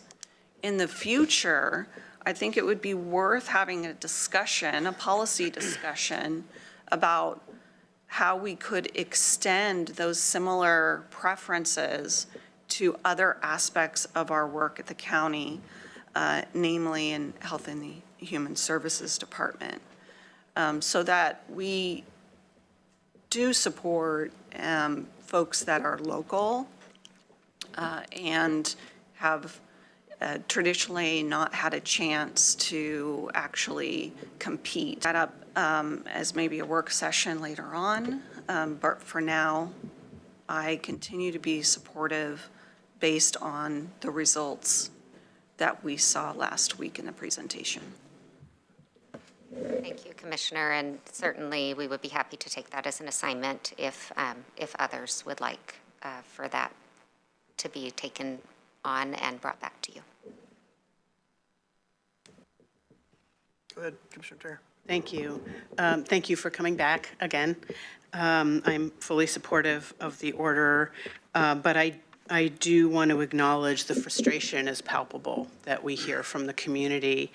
There's no denying there's an increase in homelessness and addiction and the need for mental health services. I live right off of a bike path. I see it as well every day. We all work right here and we see it all around us downtown. It is everywhere. And I think it is, I appreciate Commissioner Buck restating that correlation is not causation, as she mentioned at the work session, because you know, that nobody has the answer. I wrote that down too. It depends what the question is, because the Navigation Center is an answer to one question that's embedded within this larger question of what do we do to take care of people who have been so miserably failed.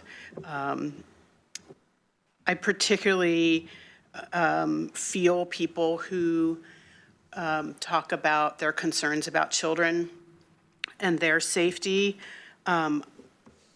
I think many of the residents at the Navigation Center who have been there, who are there now, who may be there in the future, also have children, and can absolutely 100% guarantee every soul who has been served by that center was once a child who has been failed. And so I think we need to take whatever part of us is moved by that particular concern and apply it when we consider what kinds of services we're offering and make sure that we are not only addressing the need today, but what are we doing to lay groundwork to reduce the need in the future? How are we serving children and families today to reduce the needs in the future for such a program? I think when we ask Equitable Social Solutions to, quote, do more, we're putting an unnecessarily large and broad burden on an entity that is responsible for a very specific lane of service, which, as the presentation last time showed us, they are delivering on exactly what the contract asks of them. But the private property owners, the neighbors, the public safety system, all of us collectively need to step up to do more to ease the pressure on them and what they're contending with outside their walls, so they can focus on the excellence that they do within the property line that is their jurisdiction.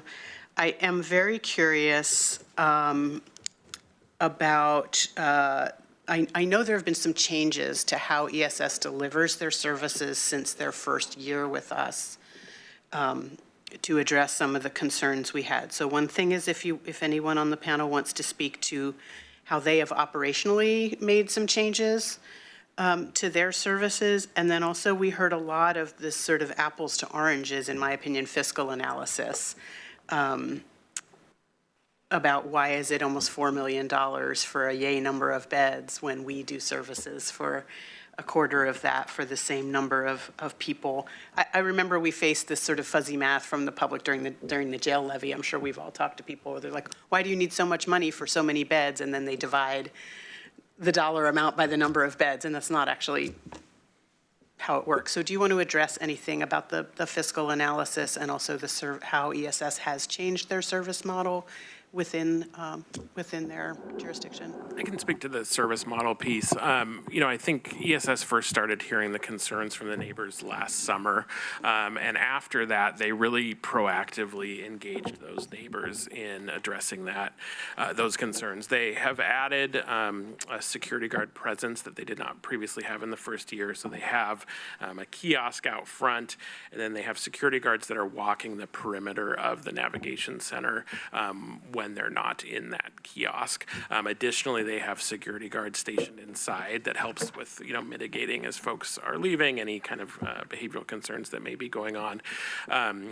The Commissioner Farr mentioned the Community Action Council meetings that they hold quarterly, which they actively invite local neighboring businesses and community members to those meetings. They have representation from both the Santa Clara and River Road neighborhood associations.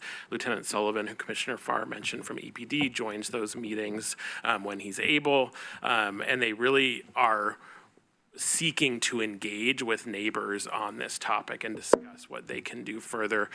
They have provided the direct contact information for their leadership to the neighbors they've been able to engage, have provided information on, Lane County Mobile Crisis and other services that can be accessed to help address the unsheltered, the behaviors that they're seeing from the unsheltered folks in the neighborhood. So, they really have just responded to, from the moment they were receiving the feedback from the neighbors, they immediately put a plan into effect to address that through their security efforts, through their engagement.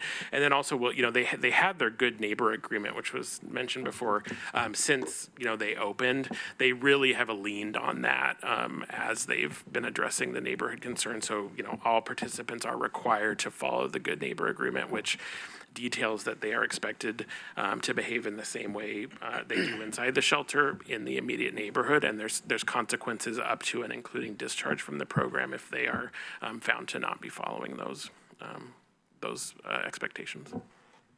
I'll also add, just regarding the internal activities that have very much ramped up since the beginning. I appreciate some of the feedback and have observed and learned more about how that feedback has been incorporated into the additional activities that they have been focused on, including inviting agencies into the facility and very much having them on site. Few examples that come to my mind are Lane County Workforce. They go there on a regular basis. The mobile health clinic is there on a regular basis.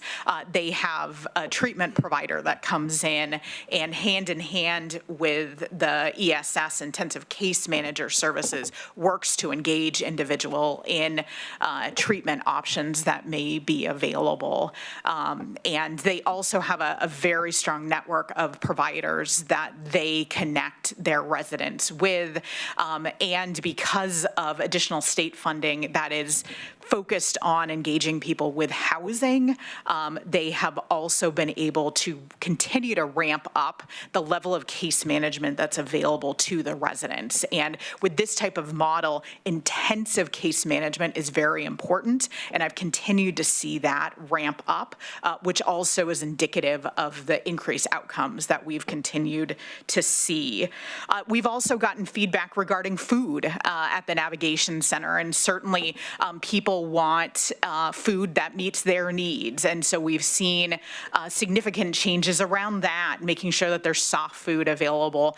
They've actually moved where the food is cooked because there isn't a commercial kitchen on site at the Navigation Center, so it has to be cooked off-site in another one of their facilities. And they've moved where the food is cooked because they want to be able to provide more options to residents. And then they also enacted a resident council to be able to engage the residents, hear from them, help them be involved in changes that need to be made and what they might look like. And so we've continued to see ESS receptive to feedback and continuing to implement actions that will help to address the challenges that do continue to come up in a facility of that size and scope.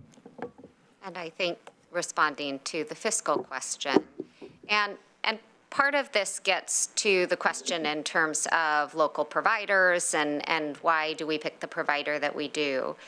It is historically very difficult for us to find a provider who will accept any person who is referred to the program and not put any barriers up so that our coordinated entry can identify the individuals in the community who are most vulnerable, which means most risk of dying on the streets, and assure that those individuals get access to services first. And when you are caring for the most vulnerable individuals in our community, often those individuals also have frequent interactions with the hospital system, at times law enforcement. So they are also very expensive individuals to have on our streets. In terms of expense to the community. We have a $3.4 million contract serving 175 people per year. So even though there are not 175 beds in the Navigation Center, of course we move people through, we serve 175 a year. So that's about $20,000 per individual to bring them in, house them, feed them, get them case management services, connect them to addiction treatment, connect them to housing, and for 40% of them end up in permanent housing where we see very good outcomes in terms of not returning to homelessness, which means that we've stabilized them from the perspective of getting an income, being able to pay rent, being able to follow the agreements with a landlord that are necessary in order to maintain housing successfully. So that is ultimately what we are purchasing for the dollars we are investing. Thank you. And lastly, I'll just say two short pieces. One is to that around providers. What we really need to do is expand the pipeline and availability of providers in this community, help existing providers increase their capacity, whether that's through training or resources or whatever it may be, so they can serve the population that needs to be served. And one of the ways we expand the pipeline is by bringing new providers in. We don't want to perpetuate this cycle of it's a double-edged sword to advantage people who are already here, but that doesn't help us expand the number. To the for-profit versus nonprofit, that's a bit of a separate discussion in terms of it just is. But I think we've all talked about, as we've brought some new providers into the community, that that's a good thing. There's far more need than there is the ability to meet it. So come on in and help us do that. The last thing I'll say is I went back and rewatched both the presentation and the commissioner's discussion from 2 weeks ago in preparation for today, because I really wanted to make sure I was hearing what some of the concerns from my colleagues were. And one of the things I heard was the reason to wait 2 more weeks to give a chance for more outreach and for ESS to think about how they would do more outreach. But the outreach, I think we sort of took this funny little turn from the outreach that's needed is we need more of our street outreach program in that area. Yes, we need more public safety. Yes, the private property owners need to do more perhaps around their area that we don't have the ability to fund providing public safety for. But the outreach that's needed is to the people on the streets who may be ready for services, who don't know what those services are that exist or how to get them. And so I would just urge my colleagues to understand that another way that we as Lane County within our jurisdiction can help the problems in the surrounding neighborhood is to support future asks for our street outreach program that James Ewell does, oversees, because that's how we go out and find the folks that are ready to come into services and get off the streets and end their criminality and or addiction and or get the medical support that they might need or whatever it is. So that's the kind of outreach that's in our purview to enhance and expand resource for. And so I would just encourage everybody to think about how we might do that. Thank you so much. Thank you, Chair. Chair, I'm prepared for a motion. I'd like to speak to the motion if I get a second. I'd like a chance to comment if I could. Mind. Yeah, thank you very much. As the chair, you get the last one on the rung, so everybody makes really good points, and I appreciate their comments. I have heard some stuff from the public commenters that I want to just kind of dissect a little bit. The need for safety, especially around vulnerable children, nobody here disagrees with that. I think the very poignant issue that Stephanie Beckett brought up was that slight candy bar that she had in her high school that got her addicted to drugs. So I think that there's something that we really need to think about when it's being in proximity to the school, and that if we're serving 175 people, like Director Gray has said, there's going to be some people moving through the system that carry others in their wake unnecessarily that could affect what's going on there. So I want us to be just aware of that. And also that in response to that local school issue, Art, I think, brought up, he said that we need a measured response, and he realized that we can't just move this program on a dime and readjust it. And I understand that. And I'm struggling to support this going through, but I know from a policy position that yanking the plug and taking the knees out on this project, 2 weeks into a new contract period is not going to solve any problem. It's only going to make it worse. But that going forward, I do think there has to be some, as Vice Chair said last week, some sideboards going forward, some definitive sideboards to at least answer back some of these major concerns we heard from the citizens. We both, as a board, we both need to be supportive of services that to our vulnerable population, but we also have to be conscious of the people it affects and the people who pay for it and the rest of the citizens in the community. Like what data has supported before, 17 to 20% of the people we get to and we get to help. But we have to remember there's still a very vast majority of the people that even with all the services and money we throw together, we may not reach. And further, we have to also understand how that affects the people that pay for those services and the rest of the people in the community that work and want to be safe. I had a conversation with Mr. Gilbert, Steve Gilbert, a month or two ago, and he was talking about how the complexes that are involved in the Highway 99 area where his shopping center is that his family's owned for many years, is that he suffers an average of $75,000 a year in damages to his property. Who pays for that? Obviously, if he keeps claiming that to his insurance is going to be canceled, so he has no choice but to pay for that out of his own pocket, in addition to be a tax-paying citizen of our community. I think that's unfair. I think if we're looking at trying to produce and to provide public services, we need a balance for how many people we can provide services to, and then also a balance of the people that are in the community that we are obligated to protect. And so I'm asking this question, Director Grays, what flexibility do we have to reduce a portion of the capacity of the Navigation Center in order to use some of those funds to uptick and beef up the security to answer back the concerns of the community?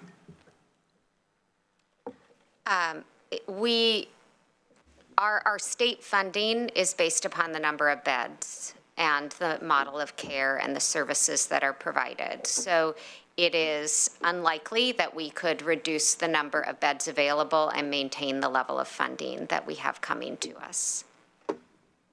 So it wasn't exactly the answer to my question, but what I heard you say is we don't have any money flexibility from the state because it's bed-based, so they don't just pay us 472 beds and we could reduce that down to, say, 68 and use that difference in funds to beef up our security. Is that what I'm hearing you say? That is my understanding. Correct, I agree.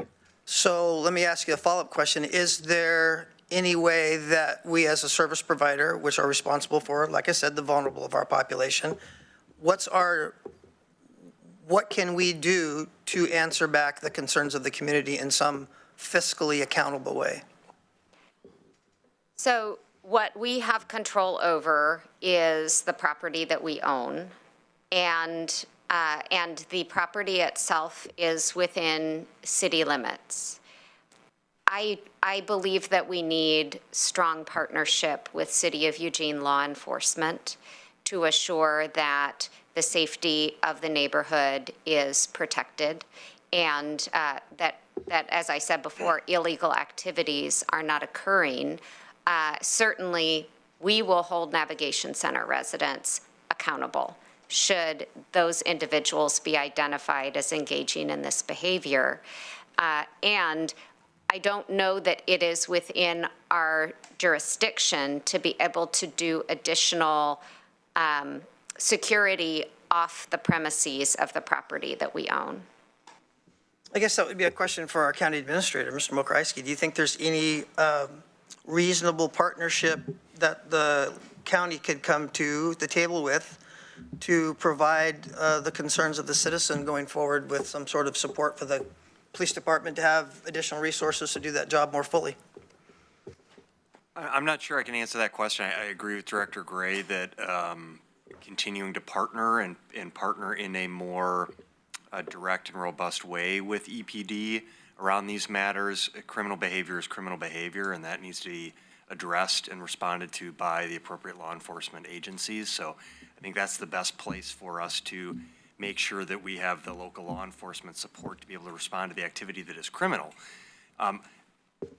Other activities or impacts, I think, certainly we have really strong partnerships with the city of Eugene and particularly around this partnership. So we need to continue for the Navigation Center. So continue that work. But I think if we focus on, and this could be a conversation as part of a joint elected officials meeting that the Board of Commissioners could have with the Eugene City Council. We haven't had one of those in quite some time, actually, and I know the board has talked about doing some more joint elected official meetings with various city councils. So this, I think, would be certainly an appropriate topic to address with the city council. Well, Director Gray brings up a good point, too, is that we're a property owner. And typically, if you're a property owner in a neighborhood or any other place in town, and there's activity around your property that becomes less than lawful, then the property owner is typically called to help assist the problem, or at least address the problem. And so I'm saying that I think we need to come to the table with some resource, some idea, something, because we're a property owner in a neighborhood. The neighbors are telling us that perhaps we could be a better property owner. So that's my thought. The next thing I'd like to bring up, just too, because we're running a little short on time, is I'd like to hear a more expanded presentation from Pastor Gabe at Everyone's Village, that we could look more critically at services compared to the cost. I think we owe that to the citizens to make sure that we're appropriately spending our funds and we're getting the best return on our investment. We always talk about ROI. So I'd like to hear more ideas. If there's, I mean, we're in a crisis. Everybody's in a budget crisis. We're having to have to do more with less. And if people are doing efficiently more with less, I think we owe them a public audience to hear those ideas and a public duty to do that. So I know we want to be accountable, and I'm having a difficult time supporting this moving forward, but I know right now is not the time to pull the legs out of it. But for me to be okay with moving this forward and voting for it, I need to know that we're giving back something to the citizens that have asked us to be accountable for the neighborhood safety. And I'd like to know if we have any ideas of what that is at this point. And if not, then we wring our hands and move forward, which is not my best option. I can commit to the continued security presence on site, the continuation of security keeping eyes on and calling for assistance if there is activity off of our property that is occurring that requires a law enforcement response. We also have spoken with 4J School District. We have talked about the need for us to develop a collaborative relationship between their security at North Eugene High School and our security at the Navigation Center to assure that if there is any activity near the school, if there are pictures that are texted to our security, we can identify whether it is a Navigation Center resident who's engaging in that activity that may be impacting the school and take action to assure that that does not continue. And ESS's Equitable Social Solutions continued outreach to the community, the continued community meetings and board meetings, continued engagement with the neighborhood associations, continued work for joint community cleanups that they have been doing in order to be a good neighbor within the community. So those are all things that we can commit to. Director Gray, you bring up a great idea, whether you realized it or not, could the county produce a hotline for citizens to engage in, to text those particular photos like you had said, and to report things that are just outside the bounds of our property lines? Would that be something that the county would be able to do? I think the best thing for us to do is to continue making the numbers available for Equitable Social Solutions and send that directly to Equitable Social Solutions, because otherwise we are a middleman, and our contractor is the one who can best identify what is, whether someone is a resident and what the best next steps are. We could absolutely ask them to collect and report to us data on how many of those reports come in, and of those reports, how many were confirmed to be residents of the Navigation Center, and also what was done to address that behavior, so that we can assure as the contract holders that folks are being held accountable. Chair, I would also just say, if it's all right, if the board would like to have a quarterly update on the Nav Center, understand there are these concerns, and I think arguably the best way to address the concerns is to have regular information presented so that you can be aware of factual information. How many calls for service are being made from this location around the area? I think we presented some of that information a couple weeks ago in the report. And so we can follow up with you if you would like to have that. Certainly could do a quarterly update so that information, so you can track it, and you can have some level of accountability for, what is happening in the area, what is potentially the responsibility of the Nav Center or not, and what are the responses that are being made. Thank you, Mr. Milkreisky. You read my mind. I think that's a great suggestion. Do I need some head nods on the board that quarterly reporting would be good for us? And Commissioner Trigger, you have a final comment. Thank you. Well, just a really quick question that your comments about being responsible property owner makes me ask. Is there any other property owner, private property or another jurisdiction, LTD, City of Eugene, any of the private property owners that have the level of consistent 24/7 person, not just cameras, but security and eyes on property and the property perimeter as we do on the property we own that is built into the contract with Equitable Social Solutions? Is there any other neighbor taking care of their perimeter and what's within it as we are with ours? Not that I'm aware of. In fact, that's been identified as one of the challenges, is that the feedback that ESS is receiving is that property owners don't have the capacity to be able to provide 24/7 security as they deem would be ideal. I do know that Equitable Social Solutions is approaching the nearby property managers to see if they can enter into some type of a memorandum of agreement so that if the security that is employed by Equitable Social Solutions identifies some type of unlawful activity or concerns on property that is not owned by the county, that they then, the security, can call EPD and get them engaged. The challenge is because, property is owned by different entities, they don't necessarily have the authority to be able to, press charges or what have you. And so these MOUs may help with, very much setting clear expectations. Thank you. Anyone else? Just what I asked for earlier. I'm looking for a motion on this issue. If there's no further discussion, please, Commissioner Farr, go ahead. I'm going to make the motion, then I'm going to request to speak briefly about it. Clearly, we could go on all day. Can we make the motion and then have discussion to the motion? Would that work? Clearly, we could go on all day with this. I move passage of order 25070810 in the matter of approving a contract action with Equitable Social Solutions for Navigation Center operations and delegating authority to the county administrator, their designee, or their subdelegate to sign the approved actions. Second. Okay, it's been moved by Commissioner Farr to approve the order in front of us, and a second by Commissioner or Vice Chair of Seneca. Is there any discussion to the motion? Please, Commissioner Farr. Thank you.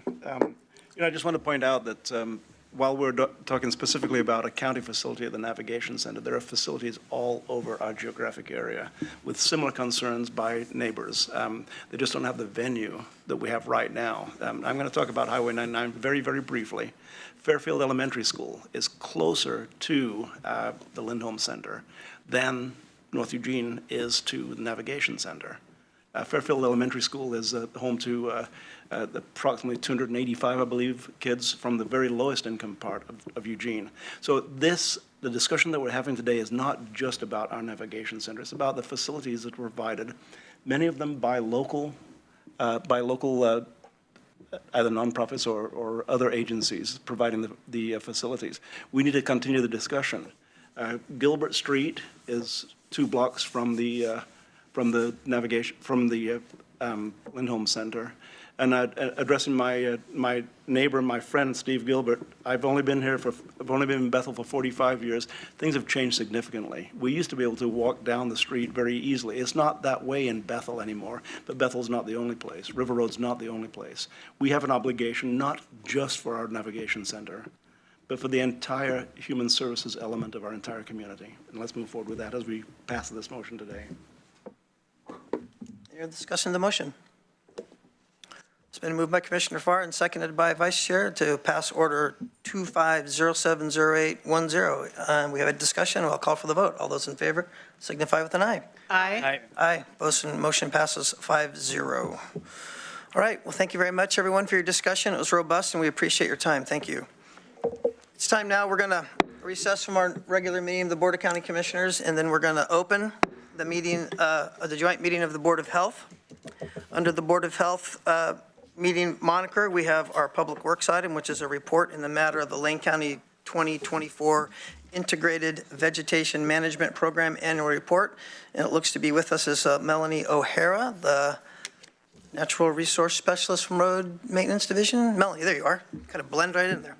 Please join us at your leisure, and please start when you're ready.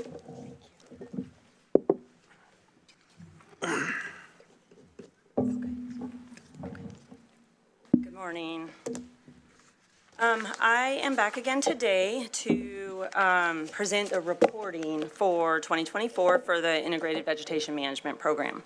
Again, my name is Melanie O'Hara. I am the Natural Resource Specialist with the Road Maintenance Division, and one of my duties is handling coordination for this program. I just want to briefly review what the program does. I know a lot of you have seen this, but we are required by code to present annually at a public meeting. So,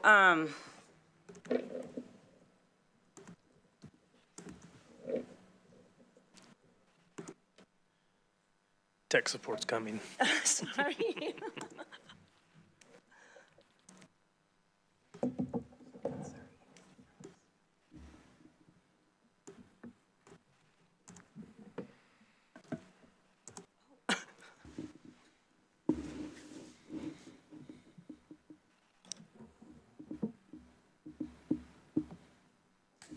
Be sad to not have to.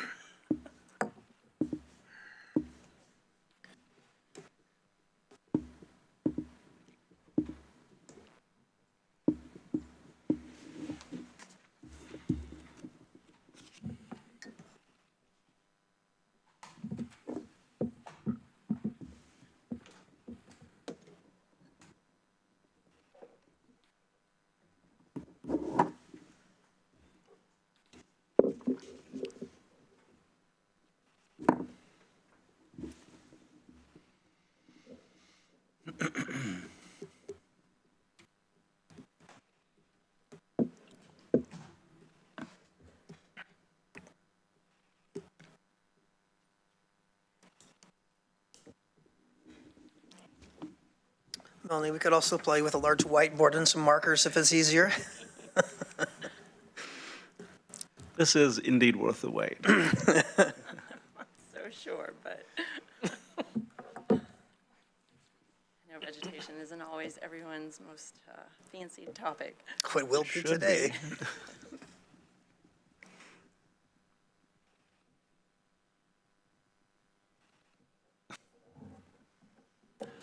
Thank you. Good job. Thank you, Jessica. All right. So a little program overview.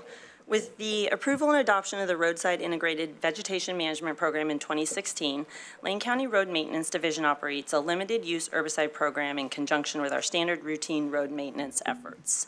We use an adaptive management approach to our vegetation control using various methods, including manual controls, which are hand tools and hand pulling, Mechanical controls include weed eaters, mowers, tree trimming, and brushing. Biological controls, the release of approved insects or pathogens that assist in population control of specific invasive species. Cultural controls, the use of native and preferred seed mixes to create competition to help compete weed invaders, and then chemical controls, use of herbicides under our limited use application guidance. The herbicide component of the IVM program is the most regulated portion and deserves the most transparency regarding accessible information and our resulting management prescriptions. Program approval required clearly defined, limited uses, currently focusing on 3 roadside situations: overgrown guardrail vegetation control, noxious weed control of state-listed priority species, and the treatment of stump sprouting tree species after removal.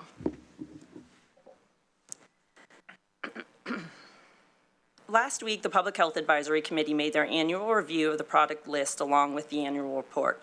Meeting specifications outlined in Chapter 15.600 of the Lane Code. Our approved products continue to be Vaseline, Milestone, and Ecomazepure 2SL. Each project was chosen with a specific target species in mind.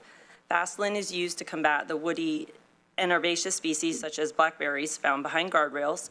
Milestone is a broadleaf herbicide used to combat the various knapweed species, and Ecomazepure 2SL has a broader target array, but we use it mainly to combat the various knotweed species across the county.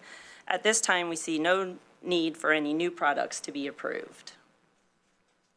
Our main target areas for treatments could be considered our biggest vegetation control issue, that of overgrown guardrails. They present a hazard to work crews and the public. They become visibility hazards on curves and corners. But as vegetation encroaches into the roadway, pedestrians and bicyclists are forced further into the lanes of traffic, presenting additional safety issues on the roadway. Guardrails are typically placed where road hazards already exist, like steep embankments and dangerous curves, and we can see how it becomes a safety issue for our county employees as well. Another focus of the IVM program is noxious weed control. Here we have 2 examples of Lane County priority weed species targeted for herbicide control efforts. Japanese knotweed is on the left and puncture vine is on the right.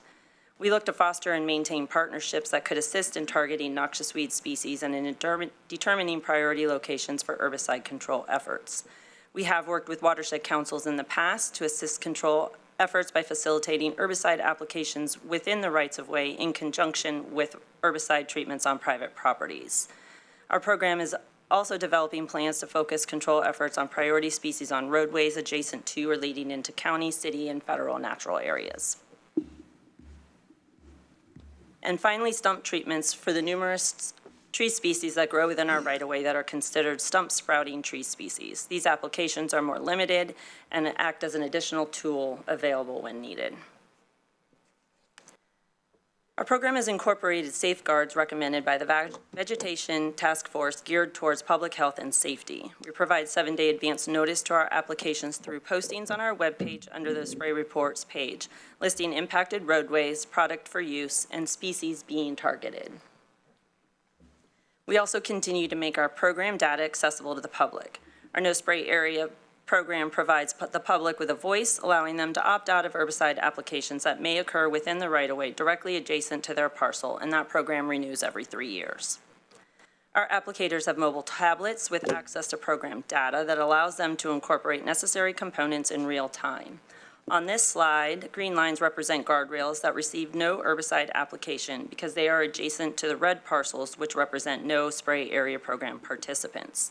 The yellow lines represent guardrails which receive an herbicide application and notates their overall vegetation condition, this one falling into the medium category, consisting of non-native vegetation encroaching up to or within 4 to 5 feet of the guardrail. In addition, on our IVM webpage, there's a current year dashboard and interactive map providing up-to-date treatment locations, no spray area enrollments, and guardrail and noxious weed locations. So the public can see a very similar depiction of the treatment locations in live time. The webpage also includes access to the annual reports and the approved product list. As always, mechanical and manual vegetation control is the county's primary focus for our roadsides. We have no plans for any product changes or requests for additional products this year. And the past few years have definitely shown as a departure from our anticipated path forward for the program in regard to treatment numbers. But we do anticipate with the restart of our program the end of this summer into fall, that we'll see a higher need for herbicide applications before we begin a decrease in application rates. And we continue to focus on ways that we can improve all components of our program. I think you undersold that. That was very interesting. Thank you very much. Any comments or questions from the board? Wow, look at you. Got out good. Seeing none. Looks like we have, yes, go ahead. Jared, the dashboard is easy to access and very well maintained. Thank you. It's a work in progress, and there's, in conjunction with TS and their heavy workload currently, we're looking to rebuild some of the applications that are in the mobile tablets, and then hopefully that translates a bit into what they'll be able to see on the website. So. It's pretty impressive so far. And once again, as I was listening to you while I was working the dashboard a little bit, so thank you. All right, well, seeing this is a report, there is no motion or order before us. Melanie, we appreciate you very much. Thank you very much. We will adjourn our joint meeting of the Board of Health, and we will resume from our recess, our regular meeting of the Board of County Commissioners for Tuesday, July 22nd, 2025. Our next item on our regular agenda item is item 7, Council and Public Works item, which is our report for the fatal crash investigation team. And with us, we have both our Assistant County Counsel, Steve Thiel, and Senior Transportation Planner, Ms. Becky Taylor. Welcome to the board meeting, and take your seats. Whenever you're ready, please start the presentation. Good morning.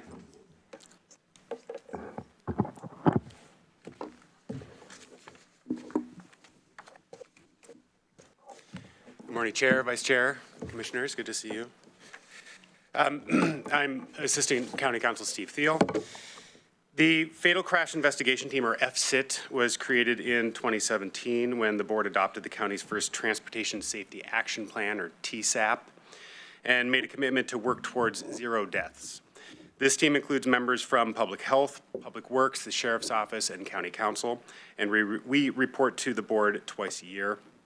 At our last report to the board in December of 2024, we introduced the project to update the county's TSAP, and Becky Taylor is leading that project and will provide a further update. Good morning, Commissioners. So the TSAP is our basic... Taylor, would you mind moving that microphone closer to you? Thank you very much.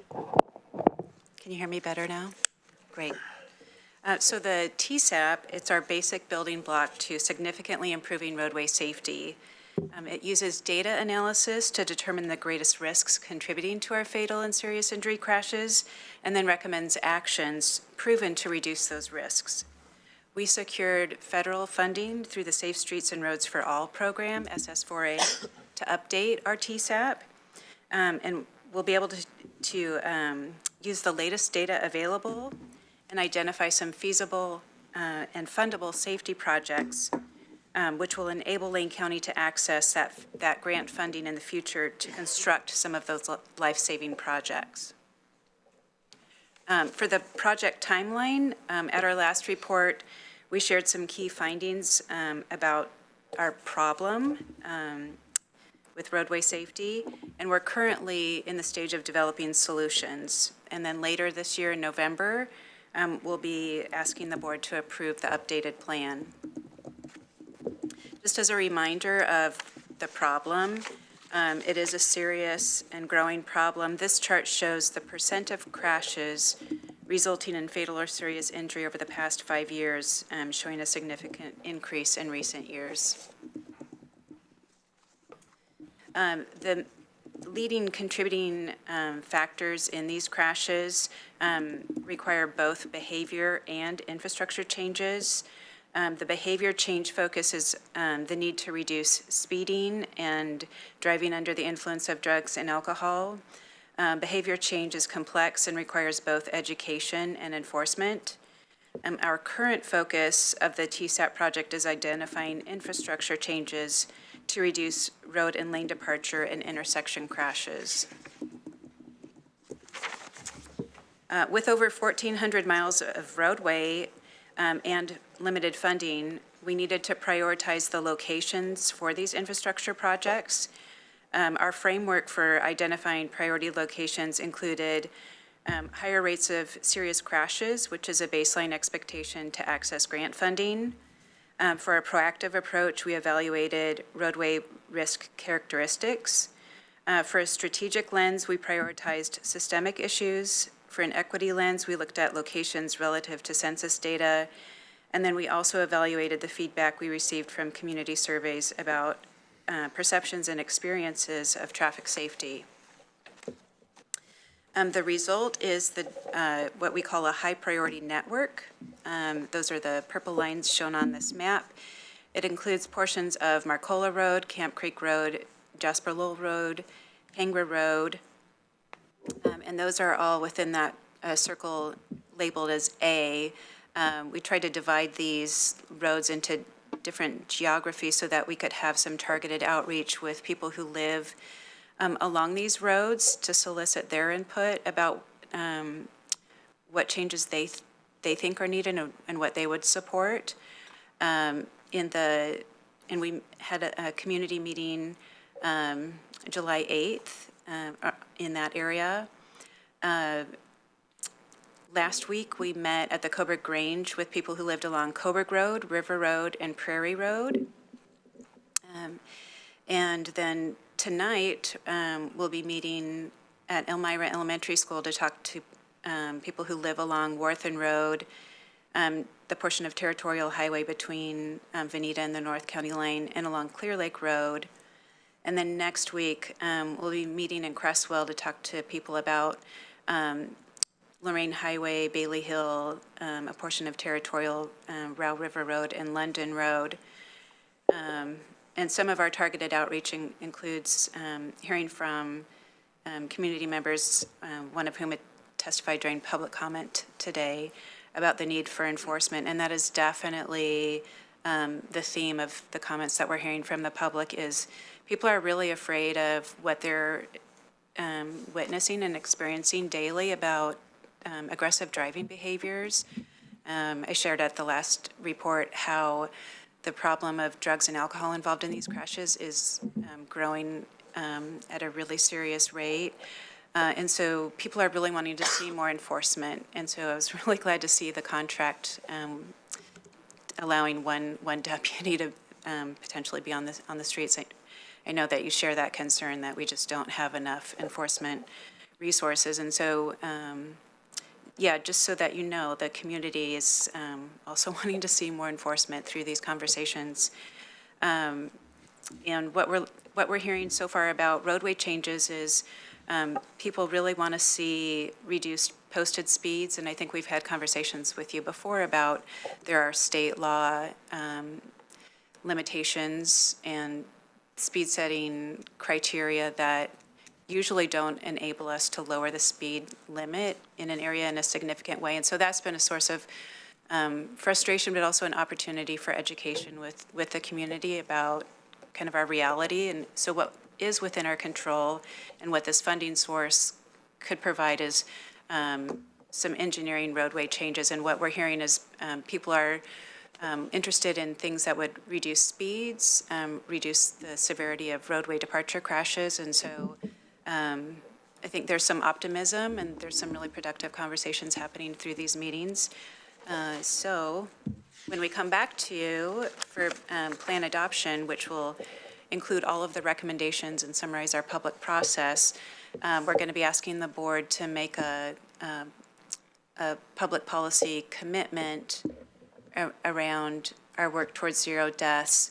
And that's important because that's one of the expectations of this funding source is that we have a target date associated with our commitment. And then again, the key is that we will then be able to access implementation funding to construct some of these projects.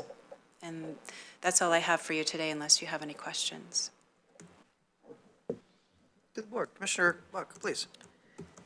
I do have one question. On the data shown for % of crashes resulting in a fatal or serious injury by year, Yes.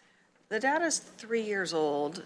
Yes. And I'm curious why we cannot get real-time data for our area so that we can see what it's like with more recent data. I know in some cases in the past, you've mentioned, well, the data has to go up to the state and come back, but we can get our own data. I mean, I think you're notified when there's a death in Lane County so that we could update this and have more real-time information in the future. I think clearly the trend is obvious, but I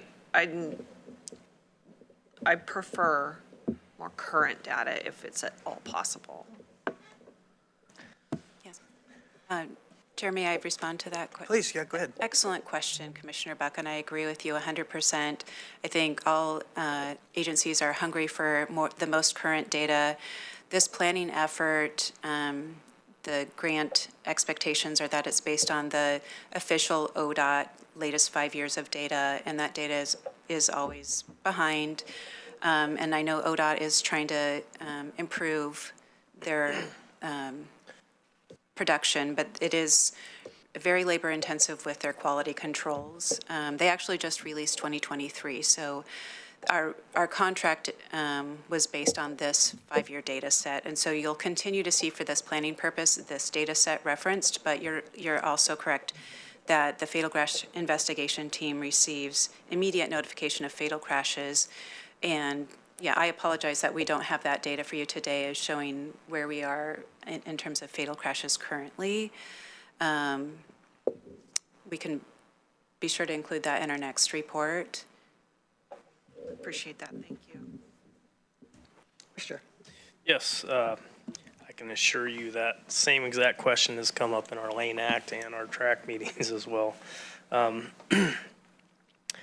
your public meetings you guys are having, how many people are attending?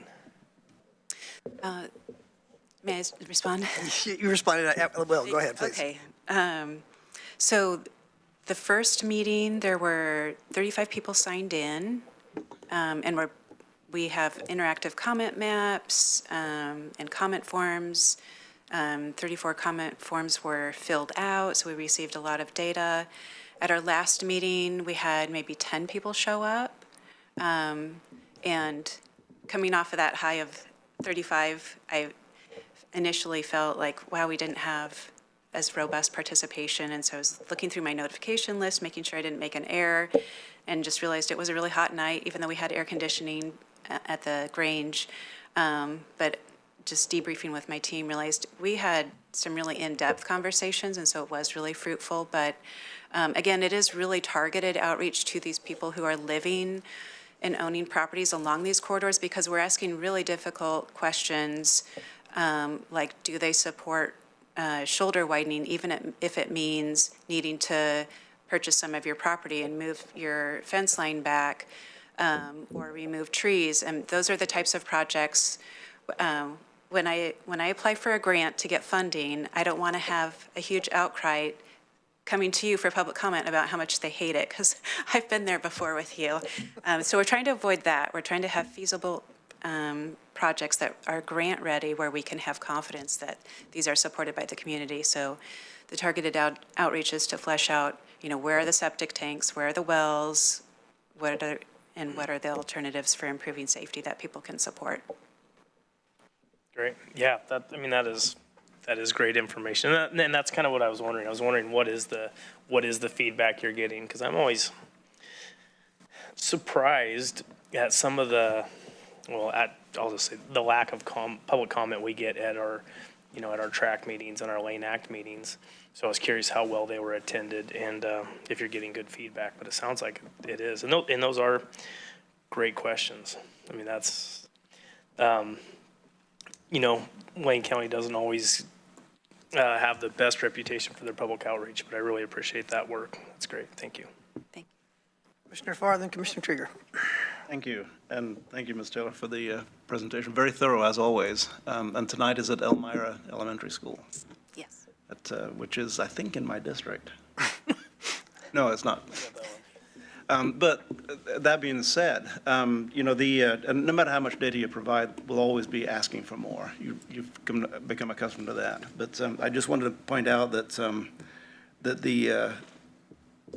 the severity of accidents is quite often related to speed, as well as, of course, the immobile objects on the side of the road. And I talk about this all the time. The more often we can put up a reminder how fast you're going, that causes me to reduce my speed, or to look at my speedometer, even if I know I'm going inside the speed limit. So I think there's a tremendous return on the investment of you're not for enforcement purposes, just for reminder purposes. And I don't do this very often. I haven't done it for a while, but I'd like to remind everybody that the thoroughness of this presentation is a testimonial to the fact that Becky Taylor was not long ago named the outstanding public employee for Lane County, and that work continues. Thank you, Becky. Commissioner Trieger. Thank you. Thank you for the presentation and this important work. It is appreciated. The SS4A funds, are those secured? What's the mechanism for disbursement? Is it a reimbursement? Do we get it up front? What's the funding picture and potential risk moving forward? Great question. Our contract is signed. We have received reimbursement payments. It is a reimbursement grant, like most grants are. But the payments are being made. There's no indication that our contract won't be completed with payment. This program began 5 years ago, I believe, and it's been offered every year, the Notice of Funding Opportunities. There was one just released recently, and so I think the program around safety seems to be a safe funding source. So I'm optimistic that once we have our plan in place and we've got projects identified, that the funding will still be available for implementation of construction projects.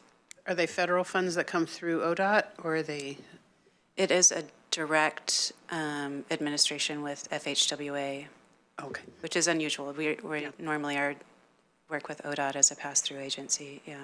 Be a little more at ease. Okay, thank you. And FHWA for the public? Oh, I'm sorry, Federal Highway Administration. Thank you very much. Any other comments? I would want to come back to Commissioner Buck's comment on data, and I'm sure you've had this before. Sitting in 2022 with 3-year-old data, you're thinking the federal and the fatal crashes are going down when essentially they're doubling. So it really affects decision making in real time too. So I think that's something that, if obviously there's something we can do, sure it would help our decision making in the present. Yeah. And again, you're right. Thank you for being so thorough and not wanting to come to the board with a lot of public comments that are complaining about the roads being widened, and making sure that data and research is done beforehand. That's just a tribute to how well you do your job, Ms. Taylor. So thank you very much. Okay, if there's any other comments from the board, this is a report, and we certainly, again, appreciate that, and we're looking forward to the next one, and we're looking forward to some better data and some more money to help with that. Mr. Thiel, thank you very much again. Appreciate you very much. All right. If there's anything else there, Mr. County Administrator Mokrajewski, you have announcements ahead of you. I just have one, unless commissioners have questions, and that is there was public comment this morning wondering about follow-up on the Public Safety Funding Task Force. We do have a work session tentatively scheduled for August 27th. The board had asked for a regular work session, so that will be the opportunity, the next discussion for the board to talk about what kind of sequence you'd like to have, next steps, additional information. So August 27th, the time hasn't been set yet, but that's what we have marked on the calendar for, the sort of next work session on the Public Safety Funding Task Force. That's all I have right now, unless you have any questions. To the board? Could you direct your comments to the audience? I know, yes, back room here. Everybody's a comedian today. All right. And pending no other matters or comments, we will recess until our afternoon session. We will reconvene at 1:30 in, is that Harris Hall, or we have it in the Board of County, in the BCC? We'll reconvene at 1:30 in the Board of County Commissioners room. We are recessed for the morning.